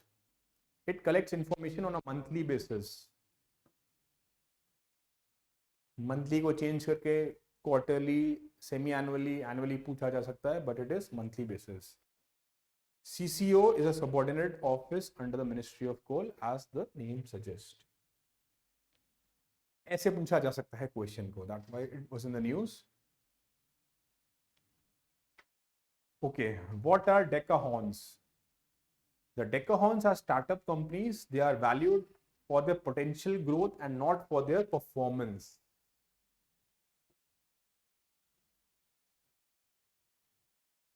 A company that is acquired by other company cannot be called as decahon. ये भी आप ध्यान रखिए, इंपॉर्टेंट स्टेटमेंट है. अगर किसी कंपनी को किसी और कंपनी ने acquire कर लिया, that it will not be called a decahon. For instance, the value of Flipkart is more than 10 billion. However, Walmart has acquired Flipkart, so Flipkart cannot be called as decahon. Also, a government company cannot be called a decahon. This is also very important. A government company cannot be called as a decahon. After Facebook, more than 84 decahons were created. Of these, 33 lost their tags. This leaves around 51 decahons in the world currently. Okay, तीन term होते हैं, unicorn, डेकाहॉन and हेक्टाहॉन. Unicorn होती है the company's value more than $1 billion. डेकाहॉन होती है more than 10 billion. हेक्टाहॉन होती है more than $100 billion. So unicorn, decahon and hectacon. Okay, ByteDance was the first company to become a hectacon. ये आप जरूर ध्यान रखिए, फर्स्ट कंपनी थी ByteDance. It is a parent company of TikTok. It gained 100 billion value in May 2020. 100 billion हो गया था. After ByteDance, SpaceX gained the tag, becoming the second hectacon. These companies are private companies. They are not listed in the stock market. ये भी question पूछा जा सकता है. So this was the. Okay, next, METI, Electronics Manufacturing Vision Document. The Ministry of Electronics and Information Technology recently released a 5-year roadmap for electronics sector. The ministry also released a vision document called 300 billion Sustainable Electronics Manufacturing and Exports by 2026. This is the second part of the document. The first part was released in November 2021. It was called Increasing India's Exports and Share in GVCs. This vision document gives predictions about the products that will transform India's manufacturing sector into a $300 billion. The current trade value of the manufacturing sector is 75 billion. Current manufacturing sector 75 billion है, इसका मकसद है इसको 300 touch करने का. The product lists certain products that will lead the growth of electronics manufacturing sector. They are consumer electronics, IT hardware, mobile phones, etc., auto electronics, telecom equipment, hearable electronic accessories, wearable electronic accessories, LED, industrial. According to the document, mobile sector is to contribute 40% growth of the sector. पूछा जा सकता है. This ministry aims to increase the annual production of the sector to 100 billion. Currently, the production is $30 billion. Significance: the domestic electronics market in the country is to increase to 180 billion in the next 5 years. Currently, it is 65 billion. With this, the electronics manufacturing sector is to rank second or third in terms of export by 2026. 2026 तक हमारा target second या third है in the electronic sector. The current electronic exports are 15 billion. Of the 300 billion, the exports alone are expected to increase to 120 billion by 2026. काफी ambitious plan है government का, let's see how it goes. Okay, IMF world economic outlook question आ चुका है। Who publishes World Economic Outlook? That is IMF.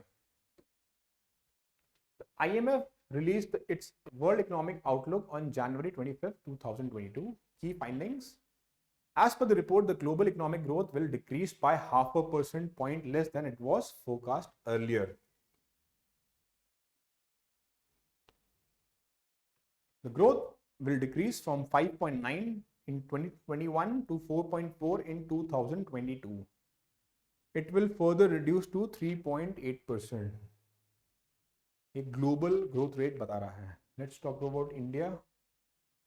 India will grow at 9% in 2021-22.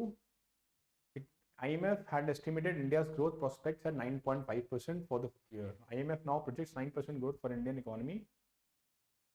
India's prospects for 23 is estimated based on expected improvements to credit growth.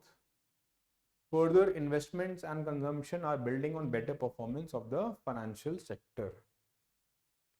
So let's hope for better days to come.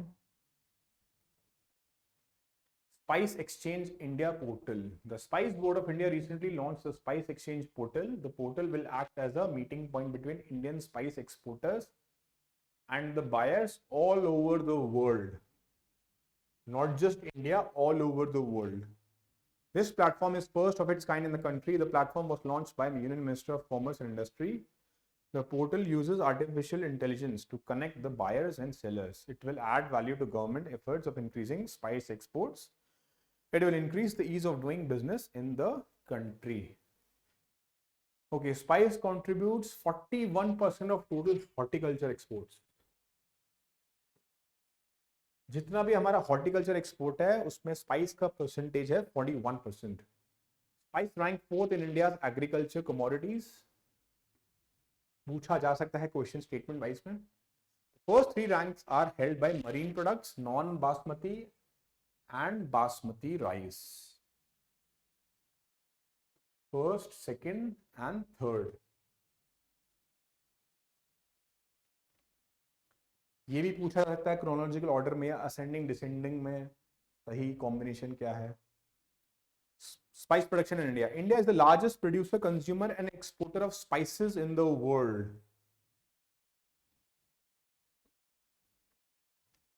All the states in India grow 1 to 2 spices. This is mainly because of India's diverse climatic conditions.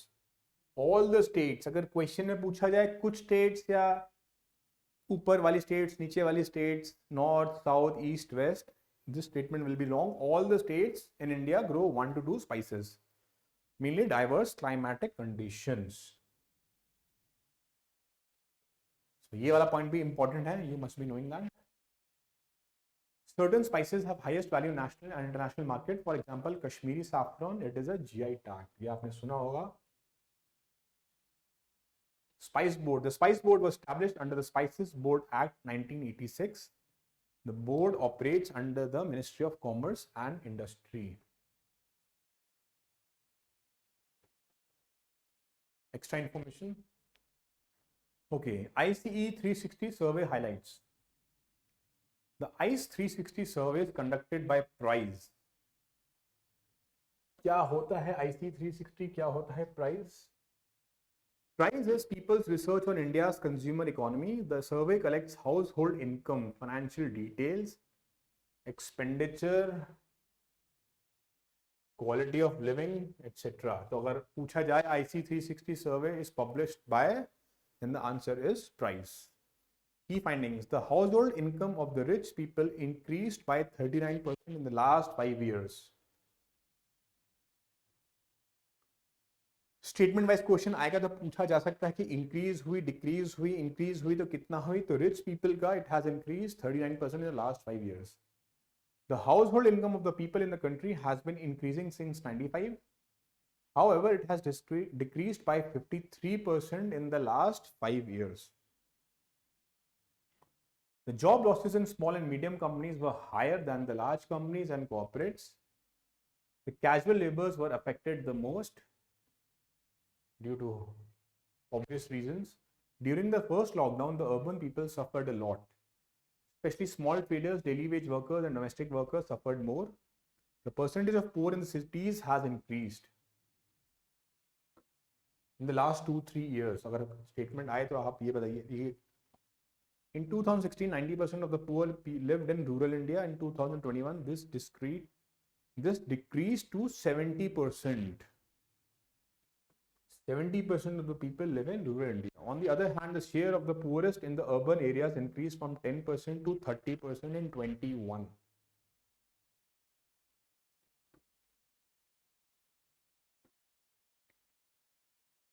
पूछा जा सकता है statement में, figure ऊपर नीचे आगे पीछे कर सकते हैं, तो this you can go through.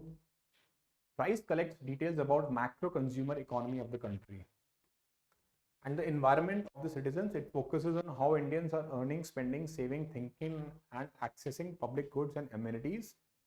It is highly helpful in formulating government policies and creating business strategies.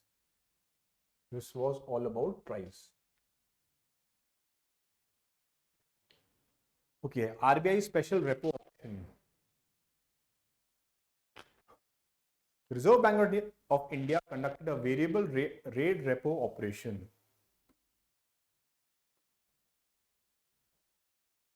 On January 2022 for infusing liquidity instead of using variable rate reverse repo operations to suck out cash.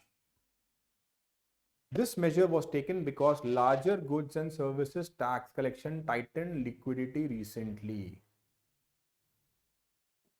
Statement में पूछा जा सकता है कि why this repo rate option was, so this was the reason. Larger GST collection की वजह से tight liquidity हो गई थी, उसके तहत ये variable rate repo operation करना पड़ा.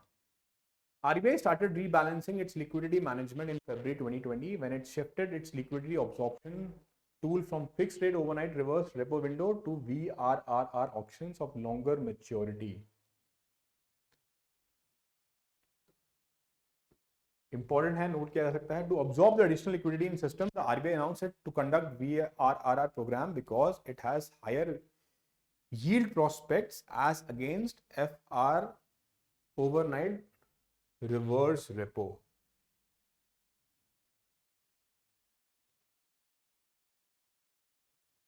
ठीक है, this is a point to be noted. Okay, next, extension of National Commission for Safai Karamcharis. The Union Cabinet recently extended the National Commission for Safai Karamcharis for the 3 more years. The current tenure of the commission ends on March 2022. The commission has been extended for 3 years after this. The extension is being made at a cost of around 43 crores. Safai Karamcharis are the manual scavengers. They clean drainage and sewer with direct hands without any protection or equipment. Was created as an advisory body. Question पूछा जा सकता है किस तरह का है, तो it is an advisory body. It provided recommendations to the government of India on welfare of Safai Karamcharis. Also, the commission evaluated the execution of special programs for Safai Karamcharis. It was established in 1993 under the National Commission for Safai Karamcharis Act 1993. It is a non-statutory body. Statement question आया, the correct answer, it is a non-statutory body. The validity of Act was 97. Later it was extended till 2002, then 2004. Later it was made a non-statutory body. 2004 के बाद से non-statutory body का दर्जा दिया गया. Meaning it is not governed by laws or acts. Till the date, National Commission for Karamcharis function as a non-statutory body. Okay, next, what is green resignation? In 2020, resignation rates in US increased amid the fear and uncertainty caused by the COVID-19 pandemic. 1 year later, the workforce experienced a collective burnout. As a result, they left their jobs at unprecedented rates. This phenomena of mass resignation is being described as great resignation. India के पे बात करते हैं. In India, the situation is not that serious, but still a cause for concern. Following the Great Resignation, IT and technology sector is hiring the unprecedented rates. The top 5 IT companies hired 1.7 lakh people in 2021. As per September 2021 survey by Amazon India, around 51% of job seekers are looking for opportunities in industries where they have no or little experience. क्या causes हैं green resignation के? Was largely fueled by burnout. Other factors also include shift to working from home, desire to move into a more stable profession. इन मुख्य कारणों की वजह से great resignation phenomena occurred हुआ in US. Lack of new challenges, lack of new opportunities. What are the ways ahead? As per the MIT study, there are several ways that companies can retain top talent by providing opportunities for lateral job moves, by creating healthy work culture,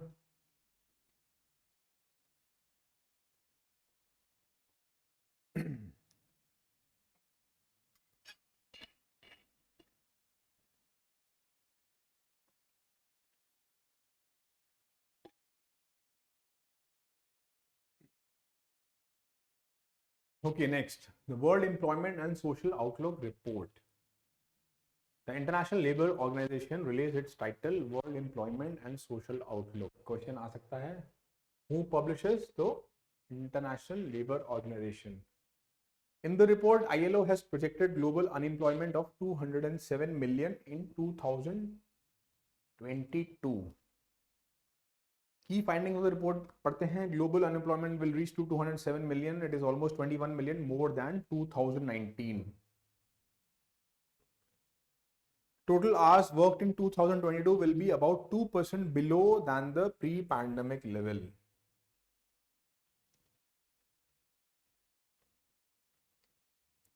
There will be deficiency of 52 million full-time equivalent jobs in 2022. About the ILO, that is a United Nations agency that advances social and economic justice by setting international labor standards. It was established in October 1919. तो around 100 years इसके incorporation के हो चुके हैं. तो ILO के बारे में पूछा जा सकता है इन दी exams. ILO is the first and oldest specialized agency of the UN.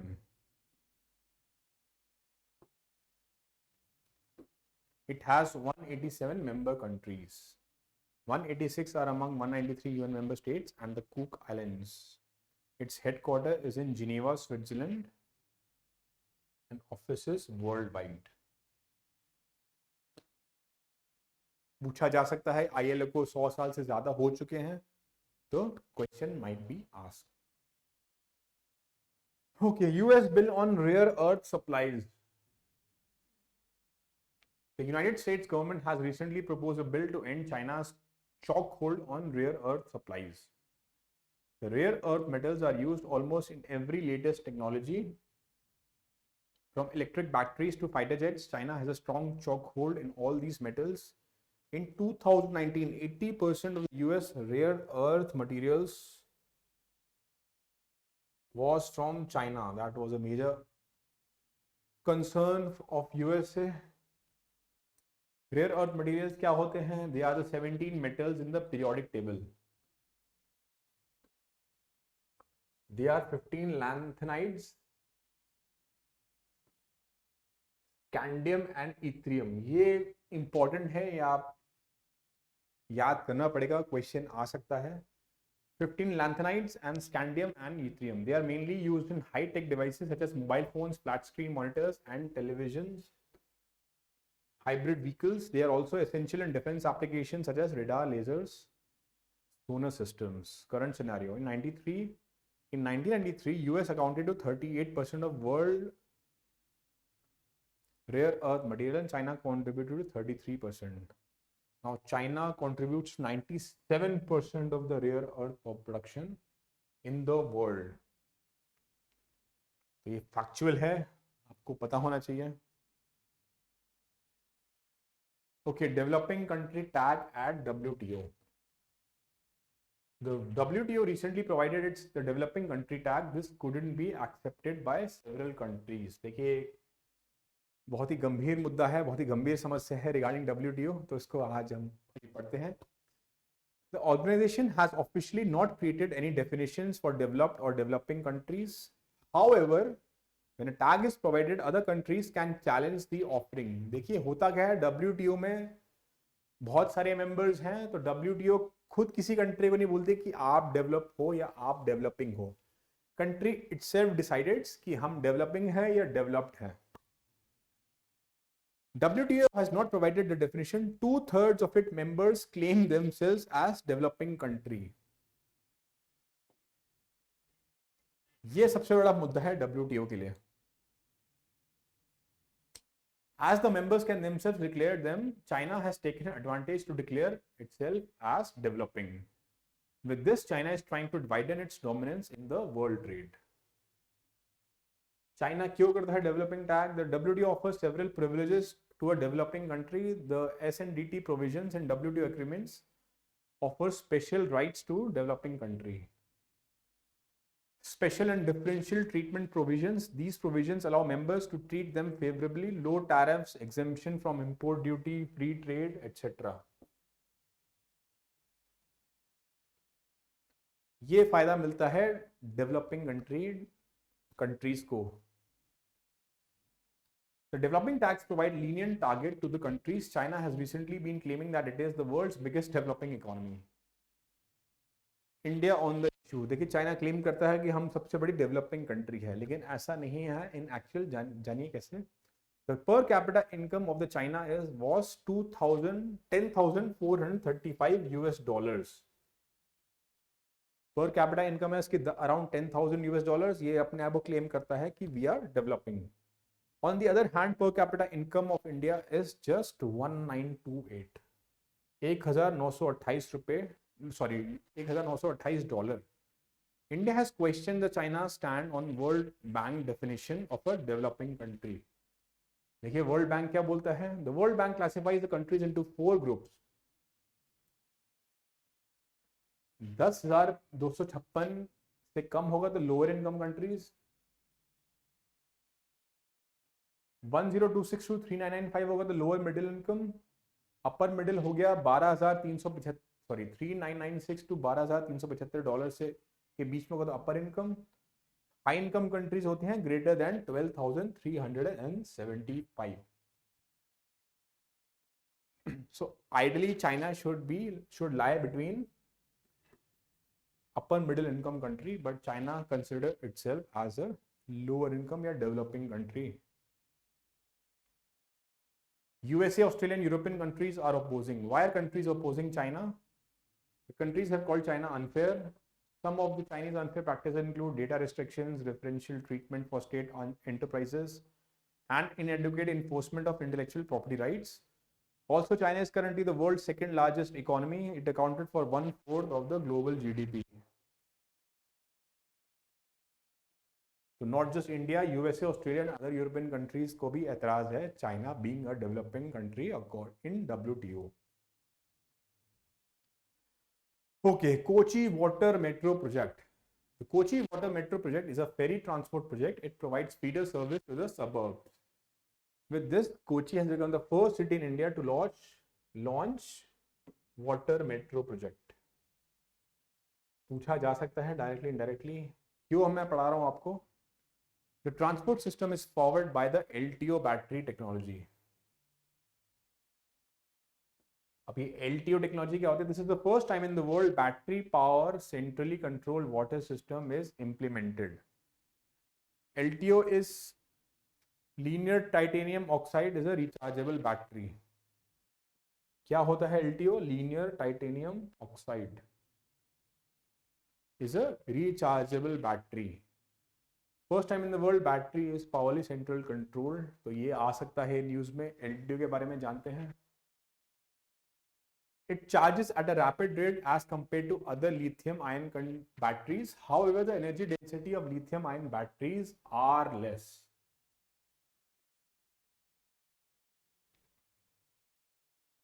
Currently, they are used in some of the Japanese versions of electric vehicles, and Kochi water boats will be the first boats to use the technology in a larger scale. The lithium titaniate or lithium titanium oxide LTO battery is a type of rechargeable battery which has the advantage of being the faster to charge, but the disadvantage of having much lower energy density. Lithium ion battery से जल्दी charge होती है, लेकिन energy density lithium ion battery से कम होता है. तो ये क्वेश्चन एग्जाम में पूछा जा सकता है डायरेक्टली और इनडायरेक्टली. अब आप गलती नहीं कर पाएंगे. Okay, 7 years of Ujala scheme. About उन्नत ज्योति affordable LEDs for all, उजाला की full form. Ujala scheme was launched by Prime Minister Narendra Modi on January 5, 2015. It is spearheaded by Energy Efficient Services Limited. This scheme is considered as world's largest in non-subsidized LED lamps distribution projects. The government also expanded the LED distribution scheme to United Kingdom in May 2017. Question पूछा जा सकता है किस country को उजाला scheme के तहत help extend करी थी. The scheme was established by replacing Bachat Lamp Yojana. It is a joint initiative of Energy Efficiency Limited under Power Ministry and Electricity Distribution Company. EESL has reduced the prices of electricity bulbs by 75%. So this was all about the news. Okay, domestic systematically important banks, DSIBs. As for the Reserve Bank of India, RBI, the State Bank of India, HDFC Bank and ICICI Bank continue to be identified as domestically systematically important banks. देखिए चार जो bank हैं ये DSIBs में आते हैं. How RBI replaces DSIBs in buckets? RBI places DSIBs in appropriate buckets on the basis of their systematic importance scores. Under RBI framework for dealing with DSIBs, SBI has been placed in the third bucket. Under this, bank is required to maintain additional common equity tier 1 CET1 at 0.6% of risk weighted assets RWAs. ये आपको चीज पता होनी चाहिए. ICICI Bank and HDFC Bank have been placed in the first bucket. Under this bucket, banks are required to maintain additional CET1 at 0.2% of their RWAs. Okay, DSIB होता गया. Some banks become domestic systematically important because of their size, cross-jurisdictional activities, lack of substitutability and interconnectedness and complexity. तो चार bank आते हैं DSIBs में. आपको पता होना चाहिए, क्वेश्चन आ सकता है. Such banks are perceived as banks which are too big to fail. This perception creates an expectation of government support at the time of distress in these banks. These banks are subjected to additional policy measures in order to deal with the moral hazard issue and systematic risks posed by them. Systematic risks क्या होते हैं? They are associated with collapse or failure of a company, financial institution, industry or an entire economy. क्या होता है moral hazard? Moral hazard is a situation where one party gets involved in risky event after knowing that it is protected against that risk, while other party will incur the loss. इसे कहते हैं हम moral hazard. Okay, next question. India Semiconductor Mission. That is in ISM. ISM is a specialized and independent business division of Digital India Corporation. The mission has been set up with the objective of building a vibrant semiconductor besides displaying ecosystem in order for India to emerge as a global hub in electronics manufacturing and design. It was notified by METI, Ministry of Electronics and Information Technology. पूछा जा सकता है. It has approved a fiscal support to 50% of the project cost. Again, question में amount change कर सकते हैं 25%, 50%, 100%. So 50% will be in order to set up certain variants of silicon-based semiconductor fab across India. It will be provided for 6 years. A support of around 12,000 crore per fab has been mandated. Overall, the central government has committed to provide 2.3 trillion support to position. Okay, next question. RBI Financial Stability Report FSR highlights. The Financial Stability Report अगर पूछा जाए कौन publish करता है? Answer is RBI. According to the report, stress tests have revealed that gross non-performing assets of banks is likely to jump from 6.9% to 8.1%. Gross non-performing assets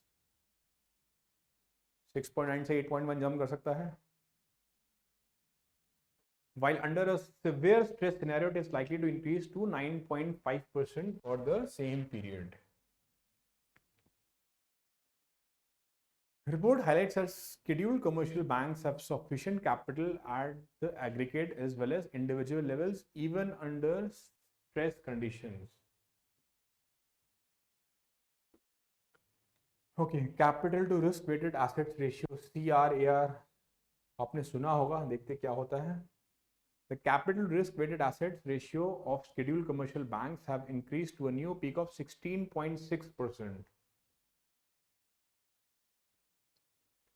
On the other hand, the provisioning coverage ratio PCR was at 68.1%.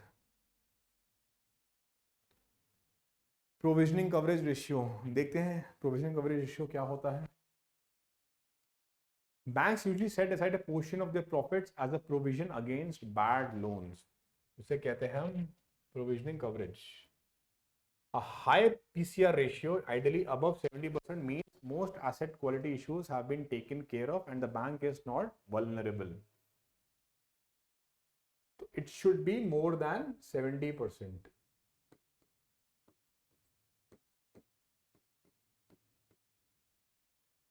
Global economic recovery. As per report, the global economic recovery has been losing momentum in second half of 21 in light of increasing COVID-19, emergence of new variant Omicron, bottlenecks and elevated inflationary levels and supply disruptions.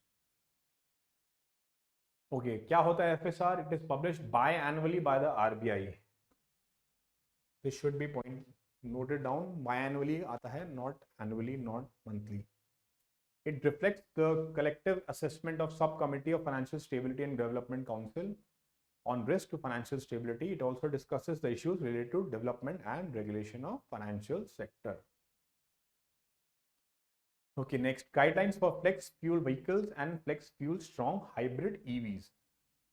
क्या होता है flex fuel vehicles? Okay, Union Ministry of Highways issued guidelines for flex fuel vehicles and flex fuel strong hybrid electric vehicles. As per guidelines, the automatic manufacturers in India have been asked to start manufacturing flex fuel vehicles and flex fuel strong hybrid electric vehicles. आइए जानते हैं क्या होता है. This will help in substituting India's import of petroleum as a fuel as well as provide direct benefits to farmers.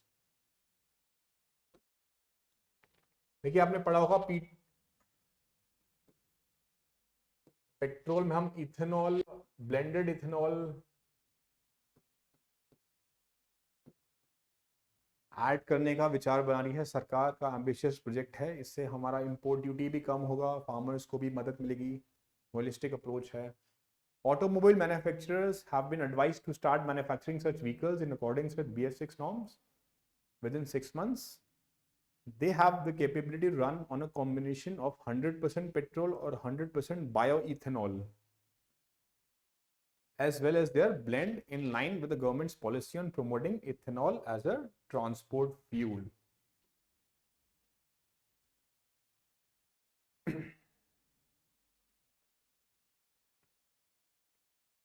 They are capable of running on strong hybrid electric technology. This will thus reduce greenhouse gas emissions from vehicles. Commitment of COP26, 1 billion tons carbon emission reduction by the year 2030.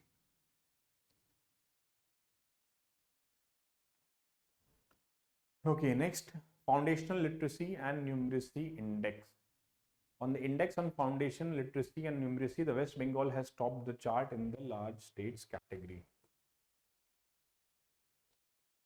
Index has divided states into 4 categories: large states, small state, northeast and union territories. कौन prepare करता है इसे? The report on index on foundation literacy and numeracy has been prepared by Institute for Competitiveness. तो ये question आ सकता है, ये रिपोर्ट कौन पब्लिश करता है? तो institute for competitiveness is the correct answer. It was released by the chairman of Economic Advisory Council to the PM, Vivek Debroy. Literacy and numeracy index is an indicator of literacy among children aged below 10 years.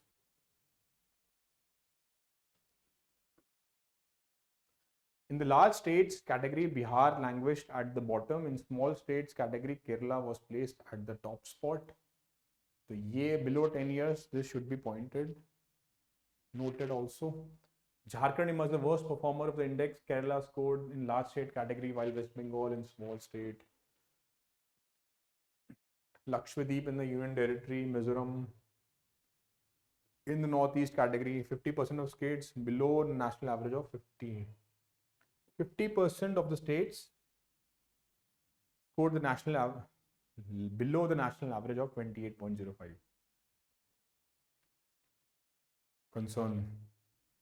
Worst performers. In Union Territory, Ladakh was listed at the bottom. In the northeast, Arunachal came last. The index establishes an understanding of overall state of foundational learning among children below 10 years. It has 5 pillars comprising of 41 indicators. क्या होते हैं 5 pillars? Education infrastructure, access to education, basic health, learning outcomes and governance. पूछा जा सकता है या इसके 5 में से एक को हटा के कोई और भी पूछा जा सकता है कि इसमें पूछा जाता है कि कौन कौन से स्टेटमेंट सही हैं, गलत हैं. सो इस तरह से क्वेश्चन पूछा जा सकता है. Out of the 5 pillars, states have perform worst particular in governance pillar. पांचों पिलर में सबसे ज्यादा जो वर्स्ट परफॉर्मेंस सब स्टेट्स ने दिया और गवर्नेंस पिलर में दिया है, ये भी पूछा जा सकता है. India's first green hydrogen microgrid projects in Andhra. First green hydrogen microgrid पूछा जा सकता है कहाँ बना है, तो सबसे पहला बना है आंध्रा में. The state-run NTPC Limited has awarded India's first state green micro project in Andhra Pradesh. Green hydrogen is produced by separating water into hydrogen and oxygen using electrolysis, which is powered by renewable energy sources like wind and solar. Green hydrogen is as fuel can be game changer for India's energy security. India currently imports 85% of its oil and 53% of its gas requirements. ये आपको पता होगा ये चीज. Prompt corrective action PCA framework for NBFCs, things to know. Okay, the RBI has brought non-banking financial companies, that is NBFCs, under the ambit of prompt corrective action framework, PCA framework. Important news है, आइए discuss करते हैं. Under the PCA framework, NBFCs will face restrictions when parameters such as capital adequacy ratio, non-performing assets, and Tier 1 capital will be fall below the stipulated levels. अब इन NBFCs के लिए भी compulsory हो गया है. Banks are already covered under the framework. The PCA framework for NBFC will be implemented from October 1, 2021 to on the basis of financial position. The PCA framework will be applicable for all deposit taking NBFC. However, it will exclude government NBFCs, housing finance companies, primary dealers, and other non-deposit taking NBFCs in the upper, middle and top layers.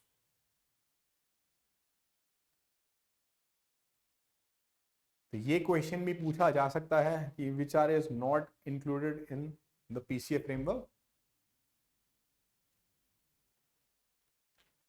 Okay, RBI will also restrict issuance of guarantees or taking other contingent liabilities for group companies when the NBFC will hit the risk threshold 2.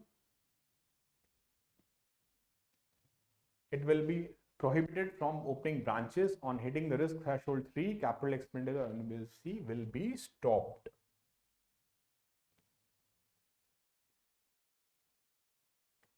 When will PCA be imposed? The PCA will be imposed when the net non-banking performing assets are in between 6 to 9%. ये होता है threshold 1, 9 to 12%, threshold 2, और more than 12 होगा तो risk threshold 3. इसके तहत PCA will be imposed. So very important question can be asked in the exams. Probability is very high. Okay, the RBI took decision after 4 big finance firms, the ILFS, DHFL, SREI, and Reliance Capital, collected public funds by means of fixed deposits and non-convertible debentures and collapsed in the last 3 years, despite there was tight monitoring in the financial sector. These firms collectively owe more than rupees 1 lakh crore to investors. इसके लिए ही फिर RBI को आगे आना पड़ा और PCA framework introduce करना पड़ा. India's WTO dispute over sugar subsidies update.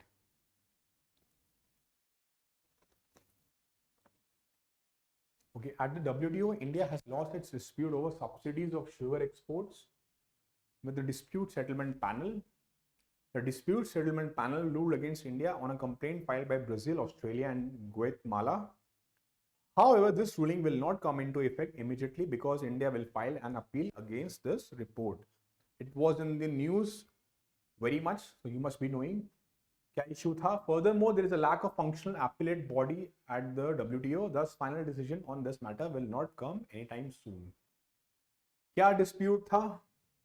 For the 5 consecutive years, sugar seasons between 14 to 19, India had provided non-exempt product-specific domestic support to the sugarcane producers in excess of permitted 10% level of total value of sugar cane production. देखिए WTO में clause होता है, piece clause भी मैंने class में पढ़ा रखा है, आपने जरूर पढ़ा होगा, आपने भी क्लास अटेंड करी होगी. एक परमिसिबल लिमिट 10% तक ही हम छूट दे सकते हैं फार्मर्स को. इन दिस रिगार्ड 2014 से 19 तक इंडिया ने 10% से ज्यादा छूट दी अपने फार्मर्स को regarding sugar cane. Thus, the settlement panel report found that India was acting inconsistently with the obligations provided under Article 7 on agreements on agriculture. India incentivizes sugar exports by extending financial support to the sector. The sector employs more than 50 million farmers in states like UP and Maharashtra. The Commerce Ministry noted that there would be no impact of the panel's findings on existing. It is also because India is going to file an appeal at the WTO for protecting the interests of its farmers.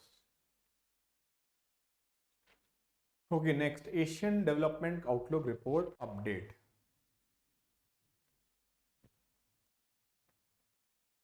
In December 14-21, the Asian Development Bank released its Asian Development Outlook Report and reduced its growth forecast for developing Asia for the year 21. This move came in line with the uncertainty that new Omicron coronavirus variant has brought. It has now seized 21 GDP growth of 7% for developing Asia, as opposed to for 2022, it forecasted the growth of 5.3%. Most of developing Asia sub-regions are expected to grow slower than the previous forecast in 21. It is an annual publication by, as the name suggests, by Asian Development Bank. Question पूछा जा सकता है कि semi annually होती है, by annually होती है, quarterly होती है, मंथली होती है, तो यू शुड बी नोइंग ये एनुअली होती है. The outlook offers economic analysis and forecast. It also examines the social development issues. Published in March or April, while an update on its published. It is prepared by staff of ADB's regional departments. Asia Development Bank के बारे में देखते हैं. It was established in the year 1966. It is headquartered in Philippines. पता होना चाहिए आपको. Also maintains 31 field offices worldwide for promoting social and economic development in Asia. Currently it has 68 members. देखिए प्रीलिम्स में क्वेश्चन रिपीट हो चुका है. ADB में खाली एशिया के मेंबर्स हैं नहीं है, ईयू के मेंबर्स भी हैं, मिडिल ईस्ट की कंट्रीज भी मेंबर्स हैं एडीबी में. तो करंटली 68 मेंबर्स होते हैं.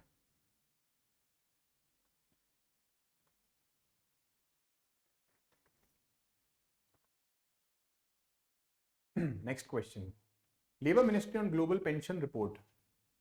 On December 9, 2021, Ministry of Labor and Employment told the Rajya Sabha that Global Pension Index that placed pension system of India towards bottom of the list was not prepared on the basis of reliable, comparable international data. ये news में था. अब इसके बारे में जानते हैं. The Global Pension Index report was published in the 2021 and has ranked India at 40th place out of 43 for its pension system. The report was published by Mercer, a management consulting firm. ये पूछा जा सकता है report किसने publish करी थी. It is Mercer. Index is prepared on the basis of certain criteria of sustainability, adequacy and integrity. Index placed India in the same category of Japan, South Korea and few other countries. National Pension System Trust, NPS Trust, क्या होता है? It is a specialized division of Pension Fund Regulatory and Development Authority in India. It works under the parent head of Ministry of Finance. It is a voluntary defined contribution pension system. It is an EEE, exempt instrument in which entire corpus escapes tax at maturity. देखिए EEE क्या होता है समझाता हूं मैं. अगर आपने invest करा इसमें, आपको जो इंटरेस्ट मिला और जब आपका मैच्योर हुआ,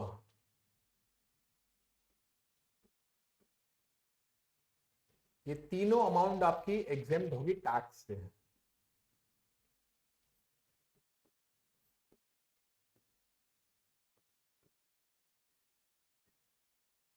इसे कहते हैं EEE. जब आप इन्वेस्ट करेंगे तब भी एग्जेम्पशन मिलेगा आपको. अगर जो आपको इससे इंटरेस्ट आपको मिला वो भी एग्जेम्प्ट होगा. जब आपके मैच्योर होगी अमाउंट आपको मिलेगा वो भी एग्जेम्प्ट होगा. तो इसे कहते हैं EEE.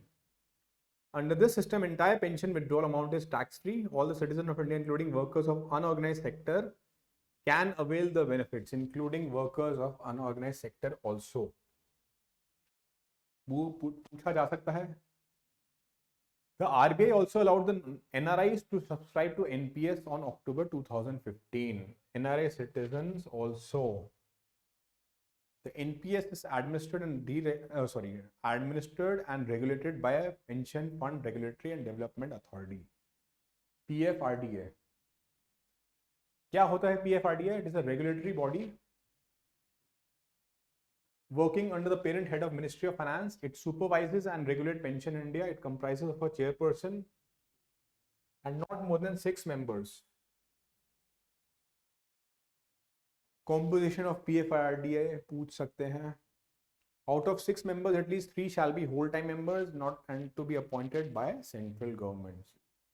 At least 3 shall be whole-time members.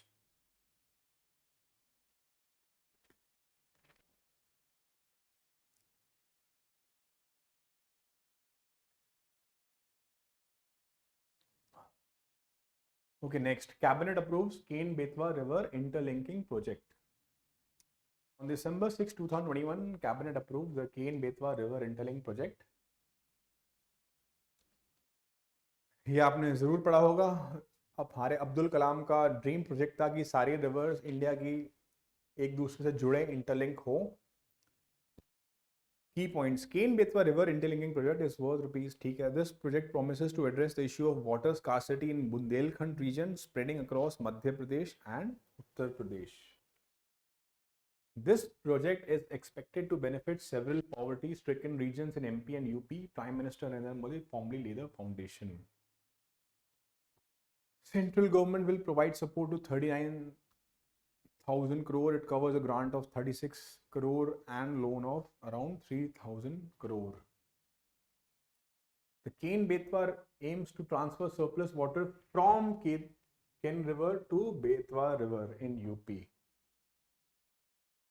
केन से बेतवा को जोड़ा जाएगा to irrigate the drought-prone Bundelkhand region. Bundelkhand region spread across the districts of two states, Banda, Jhansi, Lalitpur and Mahoba districts in UP, Tikamgarh, Panna and Chhatarpur districts in MP.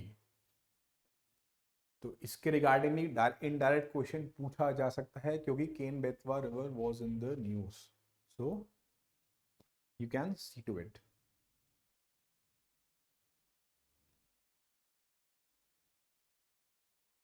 Ken-Betwa is one among the 30 rivers interlinking projects conceived across India. This project has been delayed because of political and environmental issues. Dhodhan Dam and a canal connecting the two rivers will be constructed. तो पूछा जाए दोदम dam किस reverse पे बन रहा है? It is on Ken-Betwa.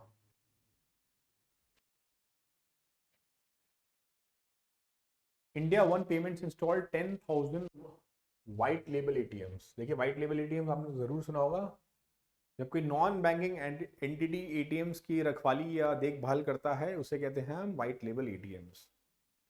India One Payments has crossed a milestone on deploying 10,000 white label ATMs, which was called as India One ATMs.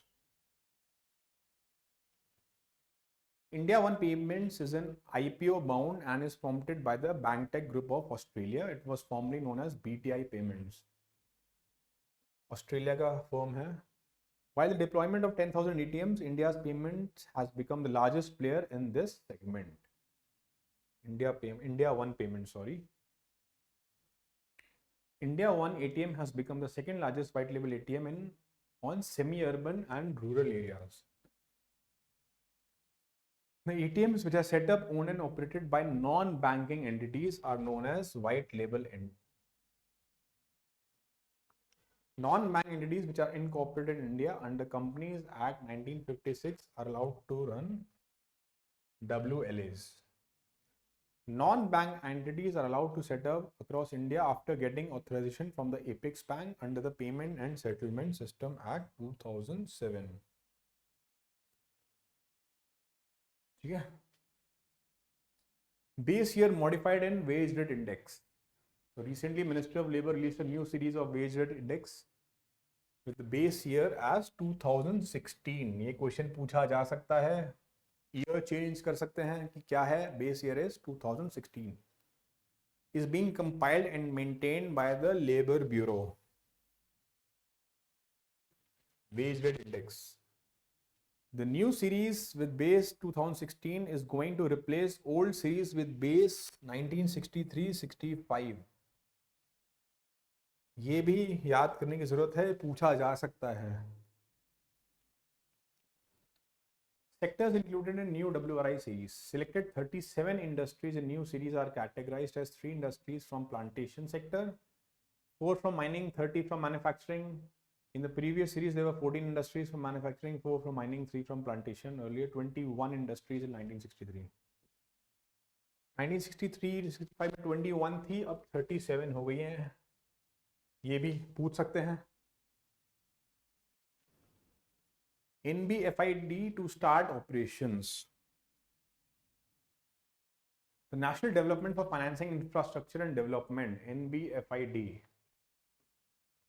is set to start its lending operations with 190 to 200 big infrastructure projects in roads, railways and energy sector. This announcement was made by newly appointed chairman of NBFID, KV Kamath. The central government had announced the appointment of KV Kamath as chairperson of newly set up NBFID. क्या होता है? With the aim of catalyzing investments in fund-staffed infrastructure sector in India. Under the National Infrastructure Pipeline, there are 193 projects above 1,000 crore each. It covers key sectors like roads, metros, railways and energy. It also includes some special projects like irrigation projects. It was set up as a corporate body share capital of 1 lakh crore rupees, it was set up with the following objectives. देखिए ये भी एनबीएफआईडी में statement wise question में पूछा जा सकता है। Setup as a corporate body, authorise capital था 1 लाख करोड़। टू डायरेक्टली और इनडायरेक्टली लैंड, अट्रैक्ट इन्वेस्टमेंट और invest for infrastructure projects, to facilitate the development of market for loans, bonds and derivatives for infrastructure financing. So this was about NBFID. How it raises funds? It raised money in the form of loans or otherwise in Indian rupees and foreign currencies, both. It also raises money by issuing or selling financial instruments like bonds and debentures. It can also borrow money from central, RBI, mutual funds, and from foreign institutions like Asian Development Bank and World Bank. So it is not restricted to India. Worldwide, it can apply for loans and raise funds. Okay, Bharat Gaurav scheme पूछा जा सकता है. It is related to what? So Indian Railways has launched a new scheme called Bharat Gaurav scheme. So Indian Railways से related है Bharat Gaurav scheme. Under this, private tour operators can take trains on lease from railways and run these trains on any circuit of their choice. So private operators भी include किए जाते हैं गौरव scheme में. They will also get the freedom to decide routes, fares and quality of services on the trains. For this, they have earmarked 3033 ICF coaches, roughly equal to 150 trains. Anyone, including from trust, society, consortium, and even state governments, can apply to lease these trains. Okay, trust, societies, consortia, and even state governments can apply to lease these trains and run on a special theme-based tourism circuits. Not just private players, state governments also can participate in this Gaurav scheme. So this was going to be noted. India's Economic Advisory Council's growth forecast. Members of the Prime Minister's Economic Advisory Council met on November 18 in Delhi to assess India's growth prospects.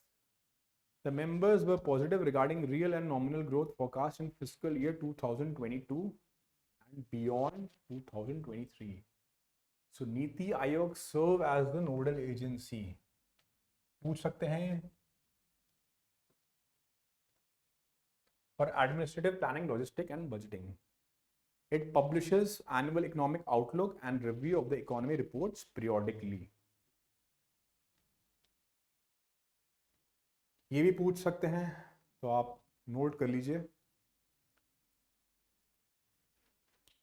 E-Shram 70% informal workers, SC, ST, OBCs. On India's first centralized database of unorganized workers, E-Shram portal, more than 7.86 crore registrations have been done till date. Out of this, 40% belongs to OBCs, 27% general category, 23% scheduled castes, around 8.3% to scheduled tribes. Directly or indirectly question composition पूछ सकता है examiner, तो आपको मोटा मोटा थोड़ा पता होना चाहिए. These estimations are significant as they offer an indicator of social profile of informal sector workers in India. As per 2011 census, population share of SCs was 16.2%. STs का था around 8.2%. But the count of OBCs were not included in the census 2011. इसमें भी काफी बवाल हुआ था, काफी agitation हुआ था, ये क्यों नहीं करा.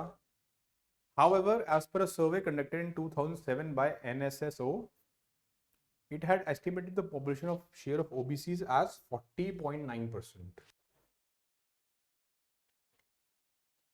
Population of general category population was around 34%. Occupation wise, maximum registrations have been seen in agriculture sector. ये भी पूछ सकते हैं. It is followed by construction sector 12 and domestic and household workers around 8.7.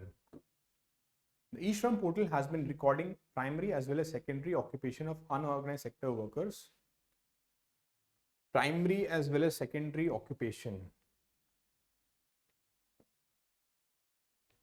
इसमें खाली प्राइमरी क्वेश्चन में खाली primary या खाली सेकेंडरी पूछ सकते हैं, तो primary as well as secondary.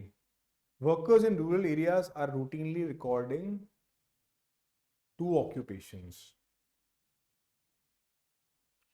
Okay, Srinagar Airport declared as major airport. The Ministry of Civil Aviation declared Srinagar International Airport as major airport.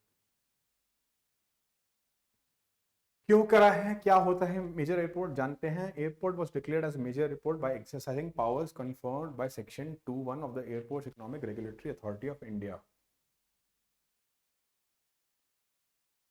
और फर्स्ट डायरेक्ट फ्लाइट भी between Sharjah and Srinagar.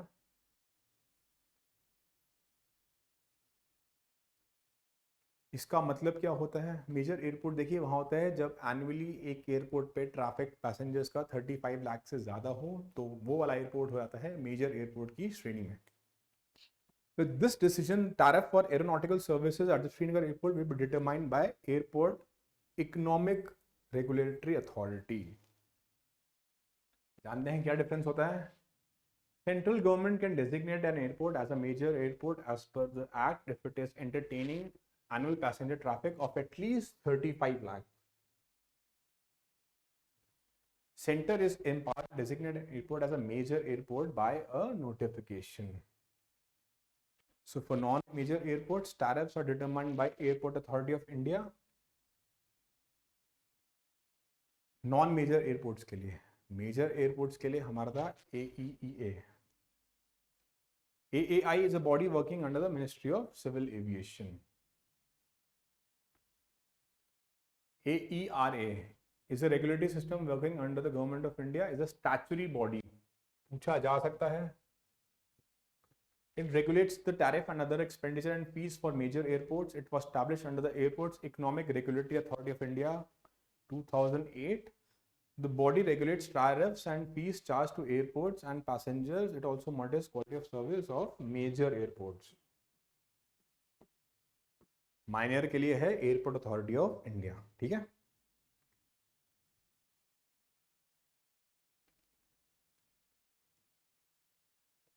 Okay, next news. The harbinger 2021 innovation for transformation. RBI first global hackathon. पूछा गया है अगर harbinger 2021 किससे related है, तो वो है, correct answer is RBI. is set to organize its first global hackathon called Harbinger 2021 Innovation for Transformation, focusing on digital payments. Through this hackathon, RBI seeks ideas on easy to use innovative non-mobile digital payment solutions to convert small ticket cash transactions into digital mode remote physical act of payment. It also seeks to develop alternative authentication mechanism for digital payments. Under the hackathon, RBI will also seek social media analysis monitoring tool to detect digital payment fraud and disruption.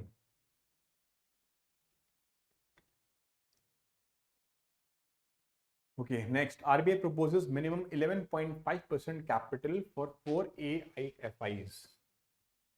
क्या होता है AIFIs? For all India financial institutions. आइए जानते हैं. This minimum capital was proposed in accordance with Basel III framework.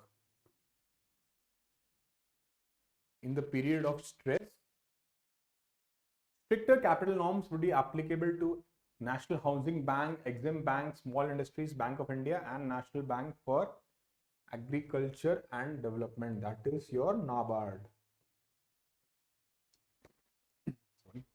As per RBI, these institutions should have a minimum total capital of 9% as well as minimum capital buffer of 2.5%. तो ये चारों bank आप note कर लीजिए. NHB, Exim Bank, SID, SIDB and NABARD. Directly indirectly question पूछा जा सकता है कि कौन से बैंक हैं इसमें इंक्लूडेड, कौन से नहीं है. मिनिमम कैपिटल होना चाहिए 9% और buffer stock capital buffer minimum 2.5%. The minimum common equity tier 1 capital of these institutions would be 5.5%. Minimum capital requirement has been proposed to 7%. These entities are required to adopt standardized approaches for measurement of capital charge. The insurance and non-financial subsidiaries, joint venture, association or AFI with 10% common share capital should not be consolidated for capital adequacy. So this they should keep in mind. Why RBI proposed new norms? Because as Indian economy is growing, AIFIs are being considered as a key institution for promoting the flow of direct and indirect credit to the economic sectors. They serve to, again statement में question पूछा जा सकता है कि क्यों इनको select किया गया है, गलत स्टेटमेंट भी दे सकते हैं. This is the reason for promoting flow of direct or indirect credit. Thus, Basel III capital framework has been proposed to the AIFIs. AIFI is a group comprising of financial regulatory bodies and development finance institutions which play a significant role in financial markets. They're also known as financial instruments. They assist in proper allocation of resources that are sourced from businesses which have a surplus. They act as an intermediary between financial lenders and borrowers in order to provide safety and liquidity. So, important news थी. Okay, MORD 150 Saksham centers launched under DAY NRLM. Ministry of Rural Development launched 152 Saksham centers under the Deen Dayal Antyodaya Yojana, National Rural Livelihoods Mission. These centers were launched as a part of Azadi Ka Amrit Mahotsav. Objectives हैं इसके देखते हैं. These centers were launched with the objective of providing financial literacy and facilitating the delivery of financial services like credit, savings, pensions, etc. These facilities will be provided to small self-help group members and rural people. ये पूछ सकते हैं किसके लिए है, तो ये for SHG members and for rural people. Okay, next, Sri Lanka has received the first consignment of non-harmful nano-nitrogen liquid fertilizers from India. Sri Lanka काफी सुर्खियों में है, आपको पता ही होगा. तो नैनो नाइट्रोजन लिक्विड फर्टिलाइजर क्या होता है? It was developed by Indian farmers fertiliser cooperative limited IFFCO with the objective of addressing imbalanced and excessive use of conventional urea. उसको रिप्लेस करने के लिए हमने nano nitrogen liquid fertiliser IFFCO द्वारा बनाया गया है. It was developed indigenously for the first time in the world. काफी इंपॉर्टेंट न्यूज है, पूछ सकता है डायरेक्टली और indirectly. It was developed at Nano Biotechnological Research Center at Kalol, Gujarat by means of proprietary patent technology. Nano urea क्या होता है? Liquid. It is a source of nitrogen and a major essential nutrient that are required for proper growth and development of plants. Nitrogen is a key constituent of amino acids, genetic materials, enzymes, energy transfer compounds and photosynthetic pigments of plant. In a healthy plant, nitrogen content present is a range of 1.5 to 4%. ये भी question पूछा जा सकता है. In a healthy plant, nitrogen content is present in the range of 1.5 to 4%. Please note it down. Application of nano urea at critical crop growth stages of the plant fulfill its nitrogen requirement and increases its productivity and quality as compared to conventional urea. तो conventional urea और nano nitrogen question पूछा जा सकता है, difference and all. Okay, NPCI launches NTS platform for card tokenization. क्या होता है card tokenization? NPCI announced for the launch of NPCI tokenization system NTS in order to provide support to the tokenization of cards as an alternative for storing card details with the merchants. देखिए, card detail with merchant, यहाँ पे credit debit cards को replace करने के लिए tokenization system लाया गया है. आइए जानते हैं उसके बारे में. It refers to replacement of actual credit and debit card details with an alternate code called the token.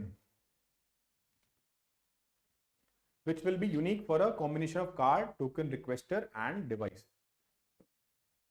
तो अगर पूछा गया है कि tokenization has been in the news recently, so it relates to credit and debit cards. The NTS will support the tokenization of RuPay cards in order to further enhance the safety of customers. RuPay card holders के लिए, as well as to provide a seamless shopping experience for the consumers. Okay, next, India to pilot 1000 megawatt battery energy storage systems, BESS.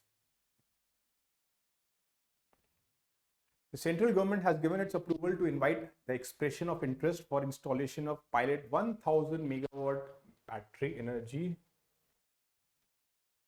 storage system, BESS project. आइए इसके बारे में जानते हैं. This pilot project is a joint effort of Ministry of New and Renewable Energy and Ministry of Power.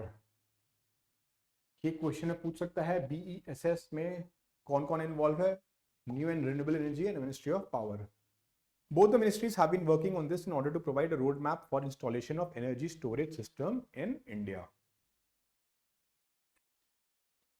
The battery energy storage system will be set in a bid to support the ambitious goal of achieving 450 gigawatts of renewable energy target by the Ministry of New and Renewable Energy by year 2030. Note कर लीजिए please. Who will procure BESS? The Solar Energy Corporation of India, SECI, working under the Ministry of New Renewable Energy, called for expression of interest to procure 1000 megawatt BESS. It will be published with RFS bid document, guideline for procurement and utilization of BESS. Okay, next, Gati Shakti National Master Plan, key facts. Gati Shakti National Master Plan किसके regarding है? National Master Plan on October. This plan was launched for multi-modal connectivity with the aim of developing infrastructure to reduce logistic costs and boost Indian economy. Gati Shakti National Master Plan, it is regarding reducing logistic cost. One word में पूछ सकता है या फिर statement wise question भी पूछ सकता है. It seeks to cut logistic costs, reduce turnaround time, and increase cargo handling capacity. This plan aims to lend more power and speed to projects by connecting all the concerned departments on one platform. Under the plan, infrastructure schemes of several ministries and state governments will be executed and designed with a common vision. Okay, EU's first green bond issuance. The European Union attracted huge demand from investors for its first green bond on October 2021. Huge demand was there as Brussels kicked off its efforts for becoming world's biggest issuer of sustainable debt. तो question पूछा जा सकता है, तो Brussels में सबसे ज्यादा world's biggest issuer of sustainable debt is Brussels, that is the capital of Belgium. The euro 12 billion sale of 15-year debt attracted about euro 135 billion of orders. This was the largest green bond deal, eclipsing the UK's 10 billion debut in the month of September. The sale happened as Europe continues to battle an energy crunch, which also illustrates that there is a growing need for diverse and renewable source of power. The issue of recent bond is the first of an expected 250 billion European Commission green bond. It makes about a third of the EU's 800 billion COVID-19 recovery fund. Okay, next, GI tag for Karupur Kalamkri paintings, Kalakuruchi wood carvings. Art and culture में भी पूछा जा सकता है, आइए discuss करते हैं. The traditional die painting figurative called Karapur Kalamri. Traditional die painted होता है. And Kalakuruchi wood carvings. Kalakuruchi होता है wood carvings, वो होता है die paintings. Have received the geographical indication GI tag. तो ये पूछा जा सकता है directly or indirectly in your exam. The Karupur Kalamkari paintings are done in Tanjavur region. These are the traditional die painted figurative and patterned clothes. They are made for temples like ceiling cloth, cylindrical hangings, umbrella covers, and chariot covers. The Thanjavur tradition of Kalamkari had canopies, umbrella covers, thombai, that is your cylindrical hangings, and thoranams, door hangings comprising of motifs of Yazi, peacock, swan, flowers, and images of deities. They are used in temples and mutts. GI indication. GI क्या होता है? Geographical indication. It is a tag used to identify products originating from a definite geographical territory and have some special characteristics. Geographical territory में होना चाहिए considered कोई special characteristic होना चाहिए. The tag is governed by geographical indication of goods. Registration Protection Act 1999 in India. इसका registered office है चेन्नई में, which issues these tags. तो ये question भी पूछा जा सकता है. The tag is valid for a period of 10 years. ये भी आपको पता होना चाहिए. It is also a part of the trade-related aspects of intellectual property rights, that is TRIPS. W3 में TRIPS और TRIMS provision आपने जरूर पढ़ा होगा. उसके तहत ये आता है, which is a legal agreement between members of World Trade Organization. Okay, next, nationwide river ranching program launched in Uttar Pradesh. Union Minister for Fisheries, Animal Husbandry and Dairying Parshottam Rupala launched the river ranching program. It is a kind of aquaculture. अगर ranching word अगर question पूछा गया, it is related to aquaculture, in which a population of fish species such as salmon,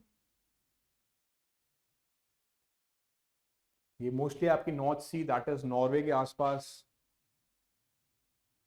famous है और काफी expensive fish है. Salmon, one of the expensive fishes in the world, is held in captivity for the first stage of their lives. They are then released and later harvested as adults when they return from the sea to their freshwater birthplace to spawn. Why it is implementing? As the human population is growing, requirement of high quality protein and demand of fish is increasing. Thus, to promote sustainable use and conservation of fishery resources, river ranching program was launched. Okay, next, स्वामित्व scheme पूछा गया. अगर स्वामित्व scheme is related to, आइए जानते हैं, survey of villages, abadi and mapping with improvised technology in village areas. It is a central sector scheme. Again पूछा जा सकता है एग्जाम में. It is implemented by the Ministry of Panchayati Raj.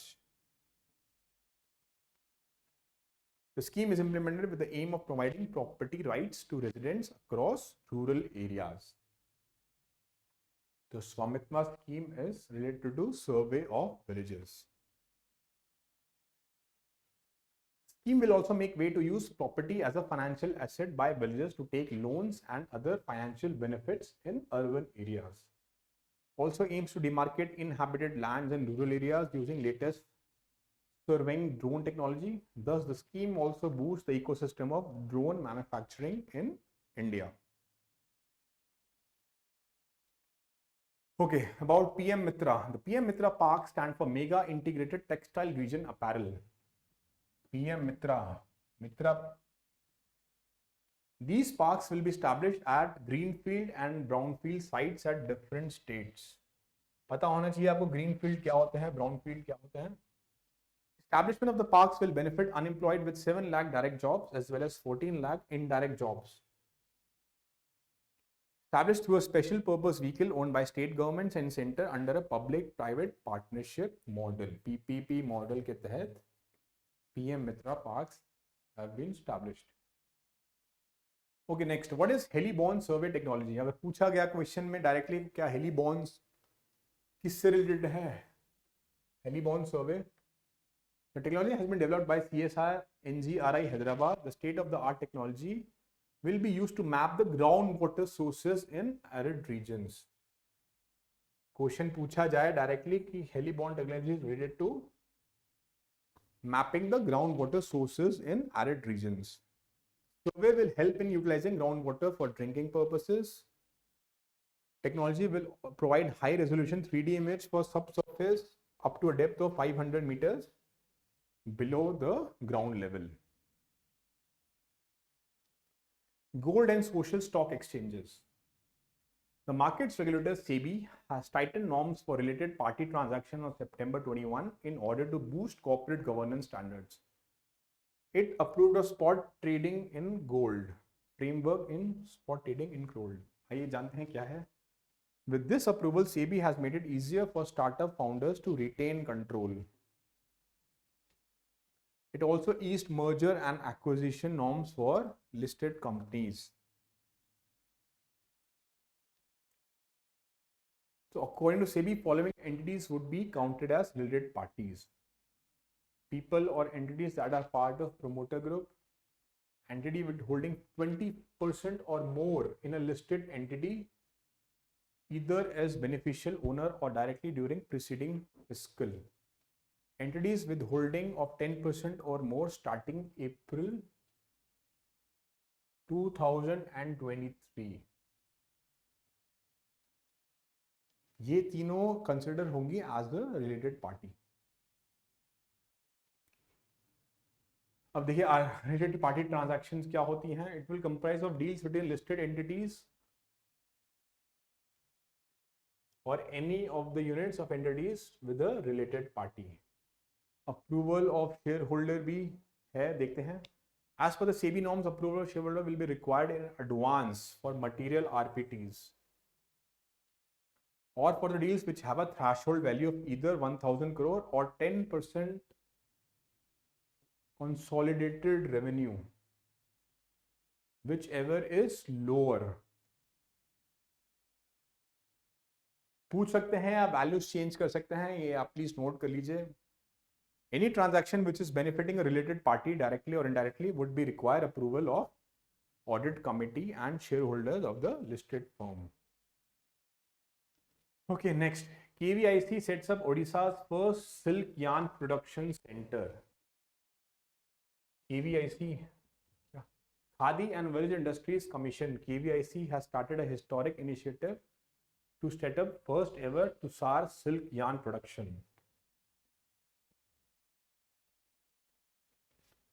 at Chaudhar in Cuttack district of Odisha.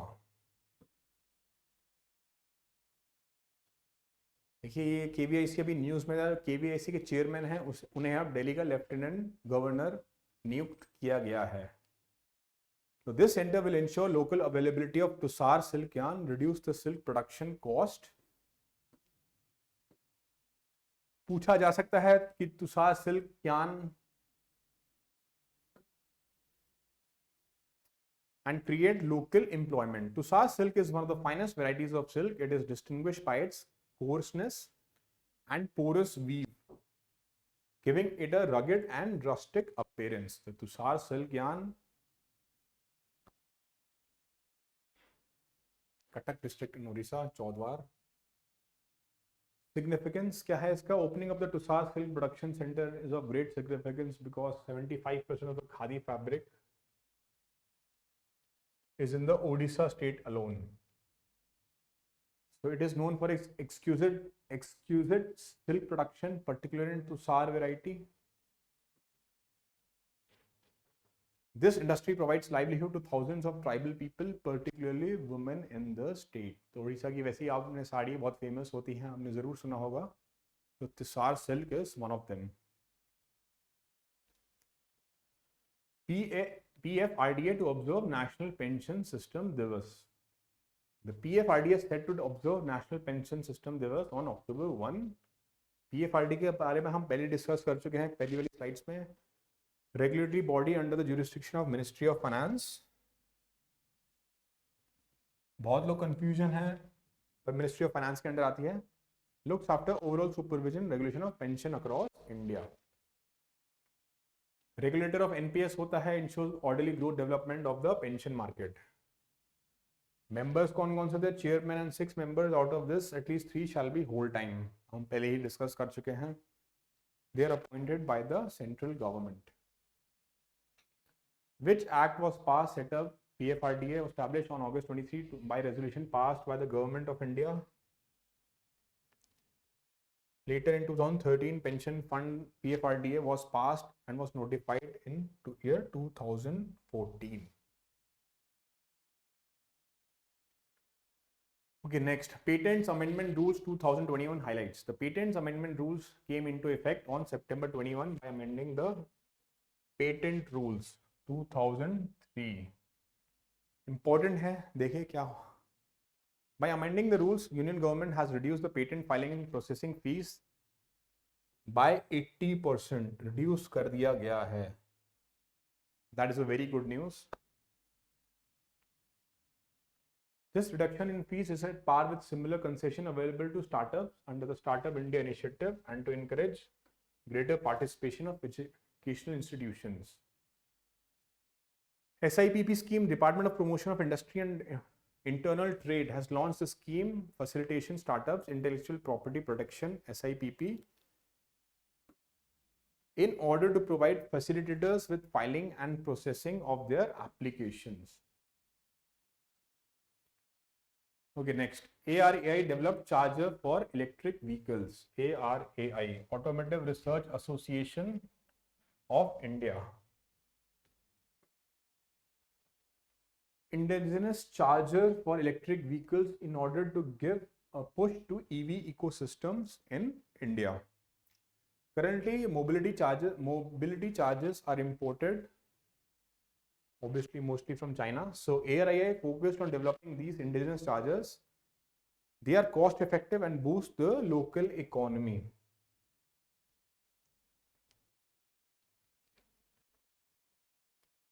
It has developed indigenous technology for EV charger called AC001. It has been taken up for manufacturing promotion by the Bharat Electronics. While the parts of EV charger systems like Type 1, Type 2 will be manufactured locally. Charging points जो है वो Bharat electronics करेगा. While the parts of EV charger, they will be manufactured locally. Okay, next, RMI India launch Shunye campaign.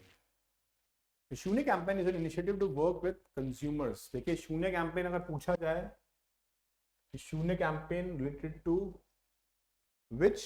तो in order to promote pollution-free delivery vehicles. It is related to pollution-free delivery vehicles. Urban fleet vehicles in India. Urban fleet vehicles account for 10% of India's free-related CO2 emissions. These emissions are expected to rise by 114 by 2030. So, Shunya initiative, pollution-free driven vehicles. Since EVs do not emit such emissions, they can contribute in improving air quality. They also emit 15 to 40% less CO2 as far as its manufacturing is concerned. Their operating cost is also low as compared to their internal combustion engine counterpart. देखिए EV engine बनाने में भी emissions होती हैं, although 50 to 40% कम होती है, लेकिन होती है.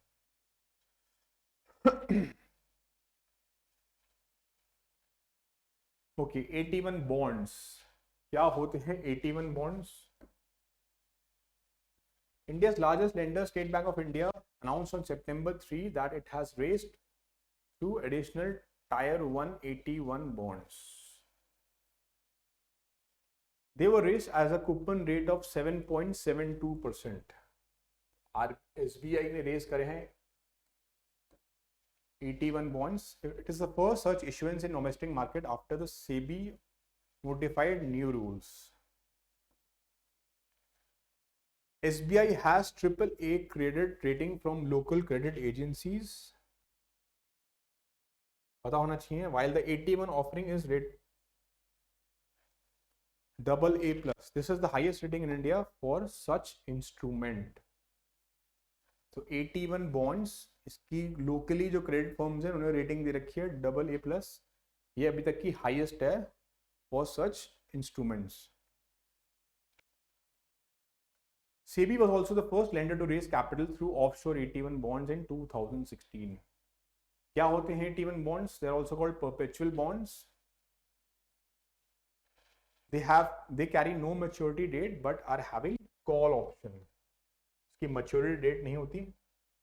The issuer of these bonds may call or redeem the bonds in case it is getting money at a cheaper rate, especially when interest rates are decreasing. ठीक है, इसकी maturity date नहीं होती लेकिन इसमें call option की facility होती है. पूछा जा सकता है. SEBI amended the 100-year valuation rule for perpetual bonds. As per the new rules, deemed residual maturity period of Basel 1, Basel 3 81 bonds will be 10 years. This period will be increased to 20 and 30 in subsequent 6-month period. According to a new rule from April 2023, residual maturity of 81 bonds will become 100 years from the date of issuance of these bonds. पहले नहीं हुआ करती थी, अब 100 years maturity कर दी गई है. Okay, next is Indian royal jelly. Indian royal jelly पूछा जाए, क्या होता है royal jelly? It is a pearl white or pale yellow coloured cohesive mixture of honey and secretions from hypophragnical and mandibular glands of worker honeybees. तो अगर royal jelly पूछा गया है, so it is related to honeybees. Very important. It comprises of 60 to 70% moisture or water. Indian royal jelly.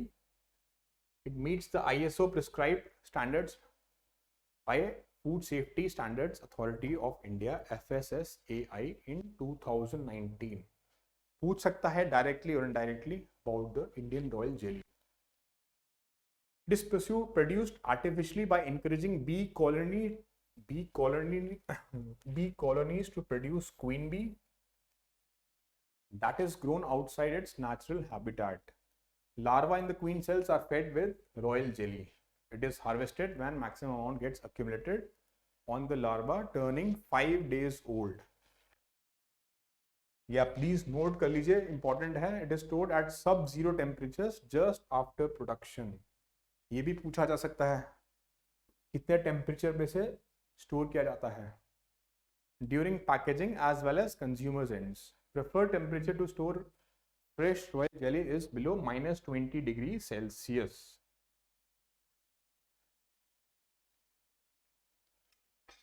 Please see to it.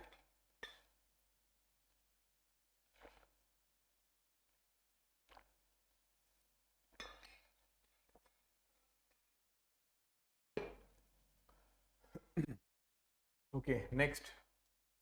IMF raises India's SDR allocation. देखिए ये भी previous year question, मतलब पहले prelims से पूछा जा सकता है अगर उन्होंने प्रीवियस ईयर क्वेश्चंस की सीरीज मेरी गो थ्रू करी है. SDR is an alternate reserve currency which is floated by the IMF. हम डिस्कस कर चुके हैं already SDR IMF. SDR can be freely exchanged between member countries instead of relying on currency of any one particular country. IMF has raised India's SDR quota to 12.57 billion. ये पूछा जा सकता है exam में. It is equivalent to 17.86 billion at the latest exchange rate. क्या होता है SDR? It is neither a currency nor a claim on the IMF. It is a potential claim of freely usable currencies of the member countries. It can be exchanged for these currencies among the members. It serves as the unit of account for IMF and other international organizations. How it is determined? It is calculated by summing the values of SDR baskets of currencies in US dollars on the basis of market exchange rates. इसमें आपका US dollars, Euro, Pound Sterling, Japanese Yen and Chinese Renminbi ये include होते हैं. It is calculated daily except, ये भी question पूछा जा सकता है. SDRs they are calculated daily. When IMF is closed, the valuation of basket is reviewed and adjusted every 5 years. The basket of SDR is reviewed every 5 years. Important point है, आप पूछा जा सकता है. SDR basket of currencies, US dollar, euro, Japanese yen, pound and Chinese renminbi. IMF 189 members होते हैं, पता होना चाहिए आपको. Is having representation in proportion to their financial importance. The most powerful countries and have the most voting power. It was conceived in 1944. US Bretton Woods के तहत इसको बनाया गया था. Samarth scheme, a quality textile ministry that more than 1500 artisans have been benefited by training in 6300 training centers. Textile ministry regarding textile sector in order to fill the skill gap in textile industry. So textile industry से related है सामर्थ scheme. Scheme was approved for entire value chain of textile industry except weaving and spinning in organized sector.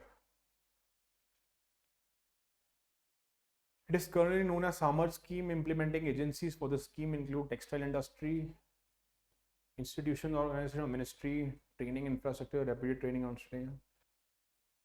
तो अगर composition पूछा जाए सामर्थ scheme का, it not only comprises government also but NGOs, private players, civil societies, startups, etc. also. NS Vishwanathan panel on urban cooperative banks. RBI headed by Vishwanathan to make suggestions on structure of the urban cooperative banks. क्या recommendations दिए उन्होंने? Tier 1 with deposits up to rupees 100 crore. Tier 2 with deposit between 100 and 1000 crore. Between 1000 to 10,000 deposits more than 10,000. Suggestion दी है जो CRAR होता है, that is your capital to risk weighted asset ratio, can vary between 9% to 15%. Important है, पूछा जा सकता है, values थोड़ा figure change कर देंगे. While for Tier 4 UCBs, Basel 3 prescribed norms can be followed.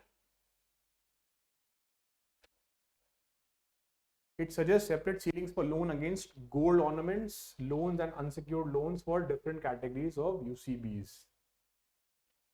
Supervisory action framework should follow a twin indicator approach. Then going with triple indicators approach at present through NNPA. Okay, next. Finance Minister launched National Monetization Pipeline Scheme. Scheme was launched with 6 lakh crore unlock value in brownfield projects. पूछा जा सकता है greenfield, brownfield या any other, तो खाली brownfield projects. Engages the private sector, they have the rights but not the ownership.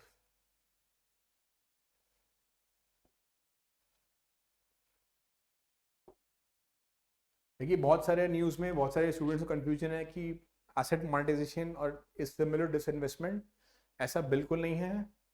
They will have private players will have the rights but not the ownership.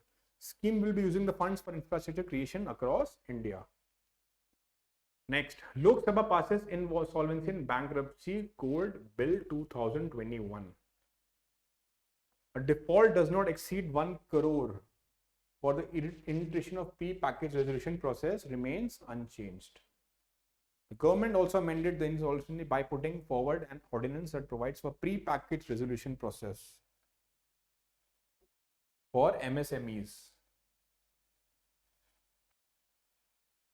The pre-package merely an informal way of providing corporate rescue plan. देखिए informal way से पहले tribunal से पहले ही अगर आपसी में समझौता हो जाए, इसका prescription भी दिया है, before the National Company Tribunal will be sought. Under this ordinance, pre-packaged insolvency process was established that provides alternate insolvency resolution process. क्या होता है? Mechanism is a process in which a resolution arrangement is decided between the lender and the debtor before approaching the NCLT for receiving an approval.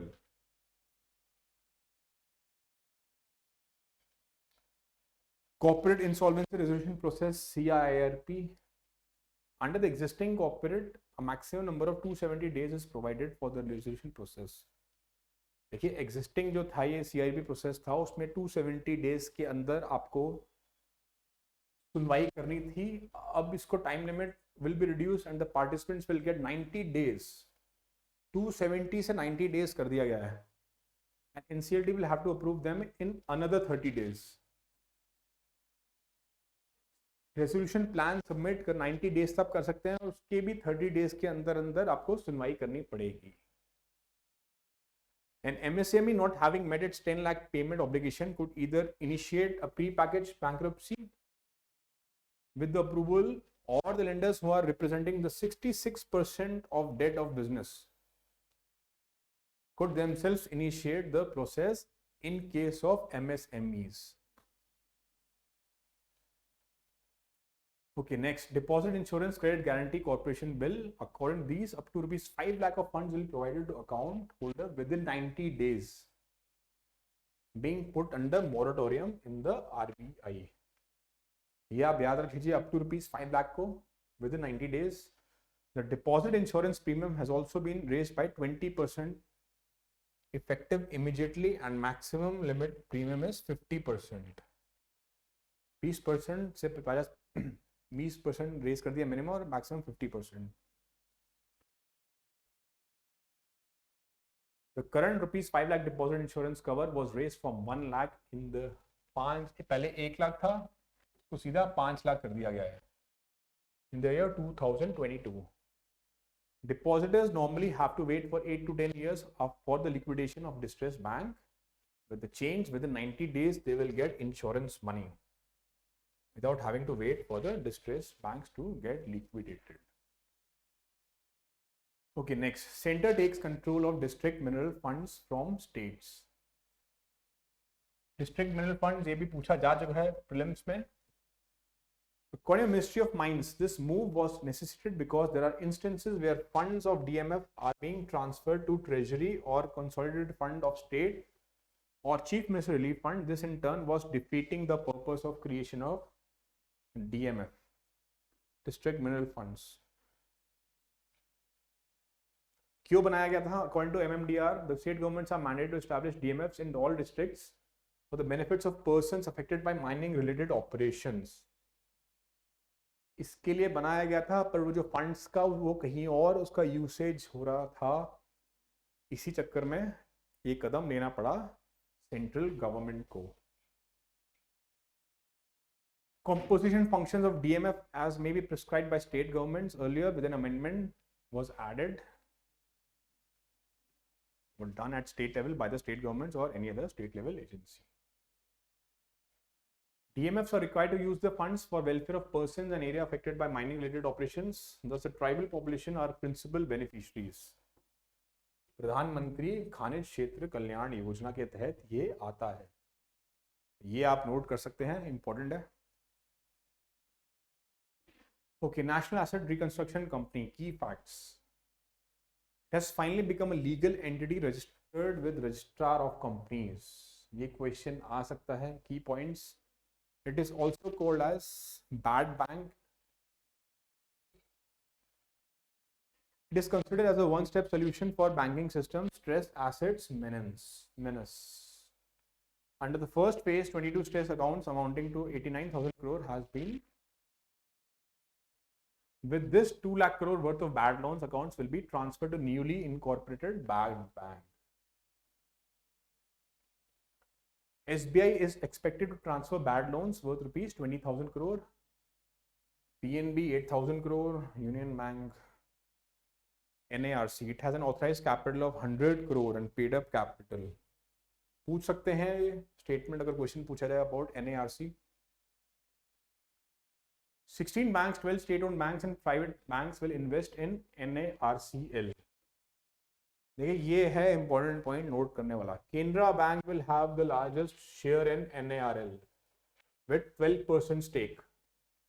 SBI is going to be second largest shareholder with 9.9%. NARC में सबसे ज़्यादा stake होगा Canara Bank का around 12%, SBI का around 9.9%. Having public sector character.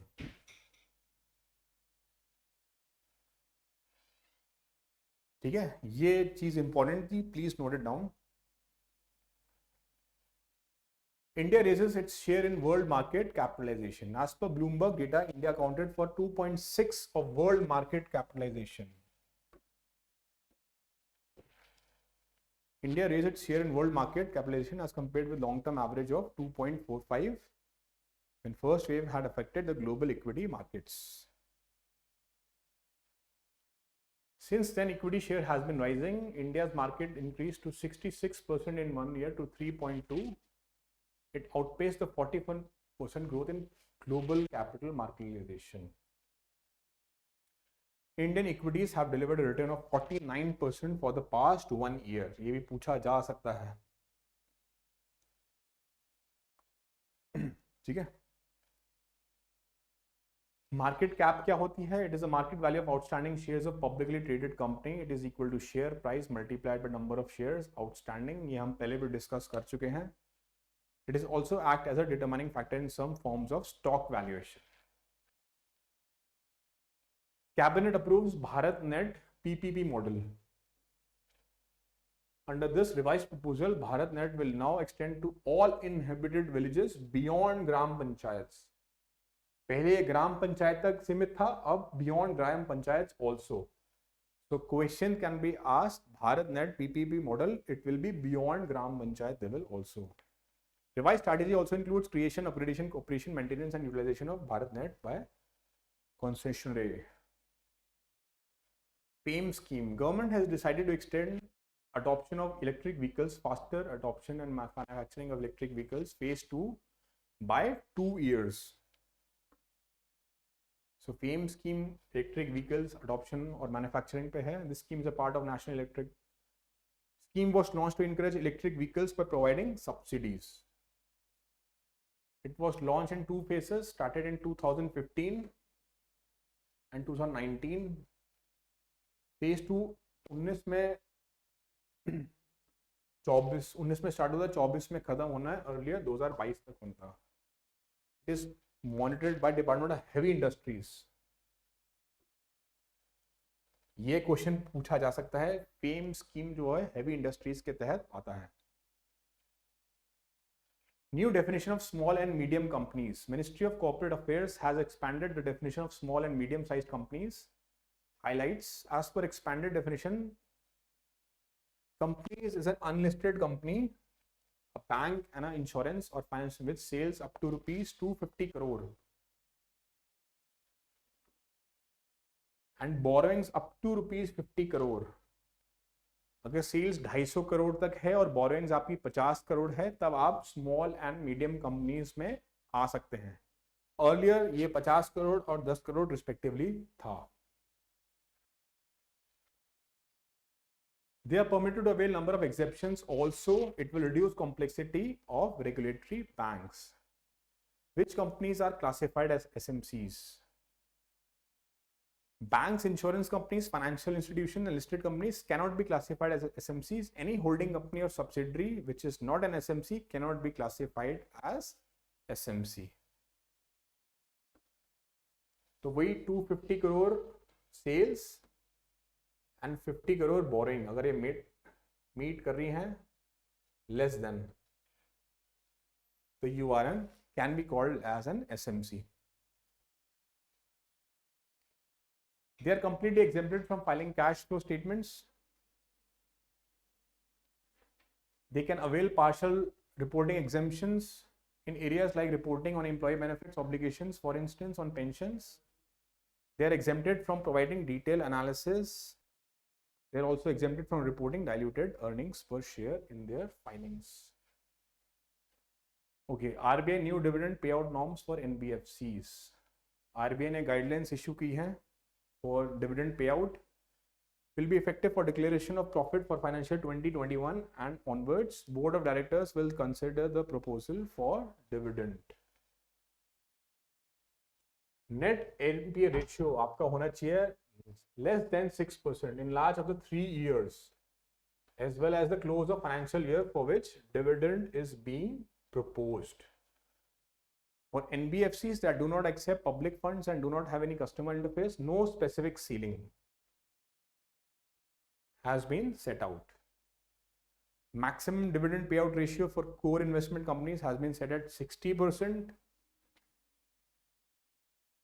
and for other NBFCs at 50%.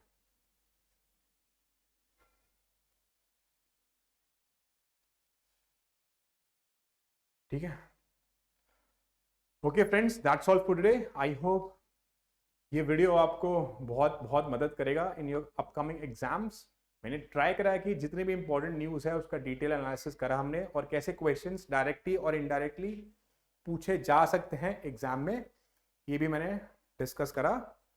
So thank you, have a nice day.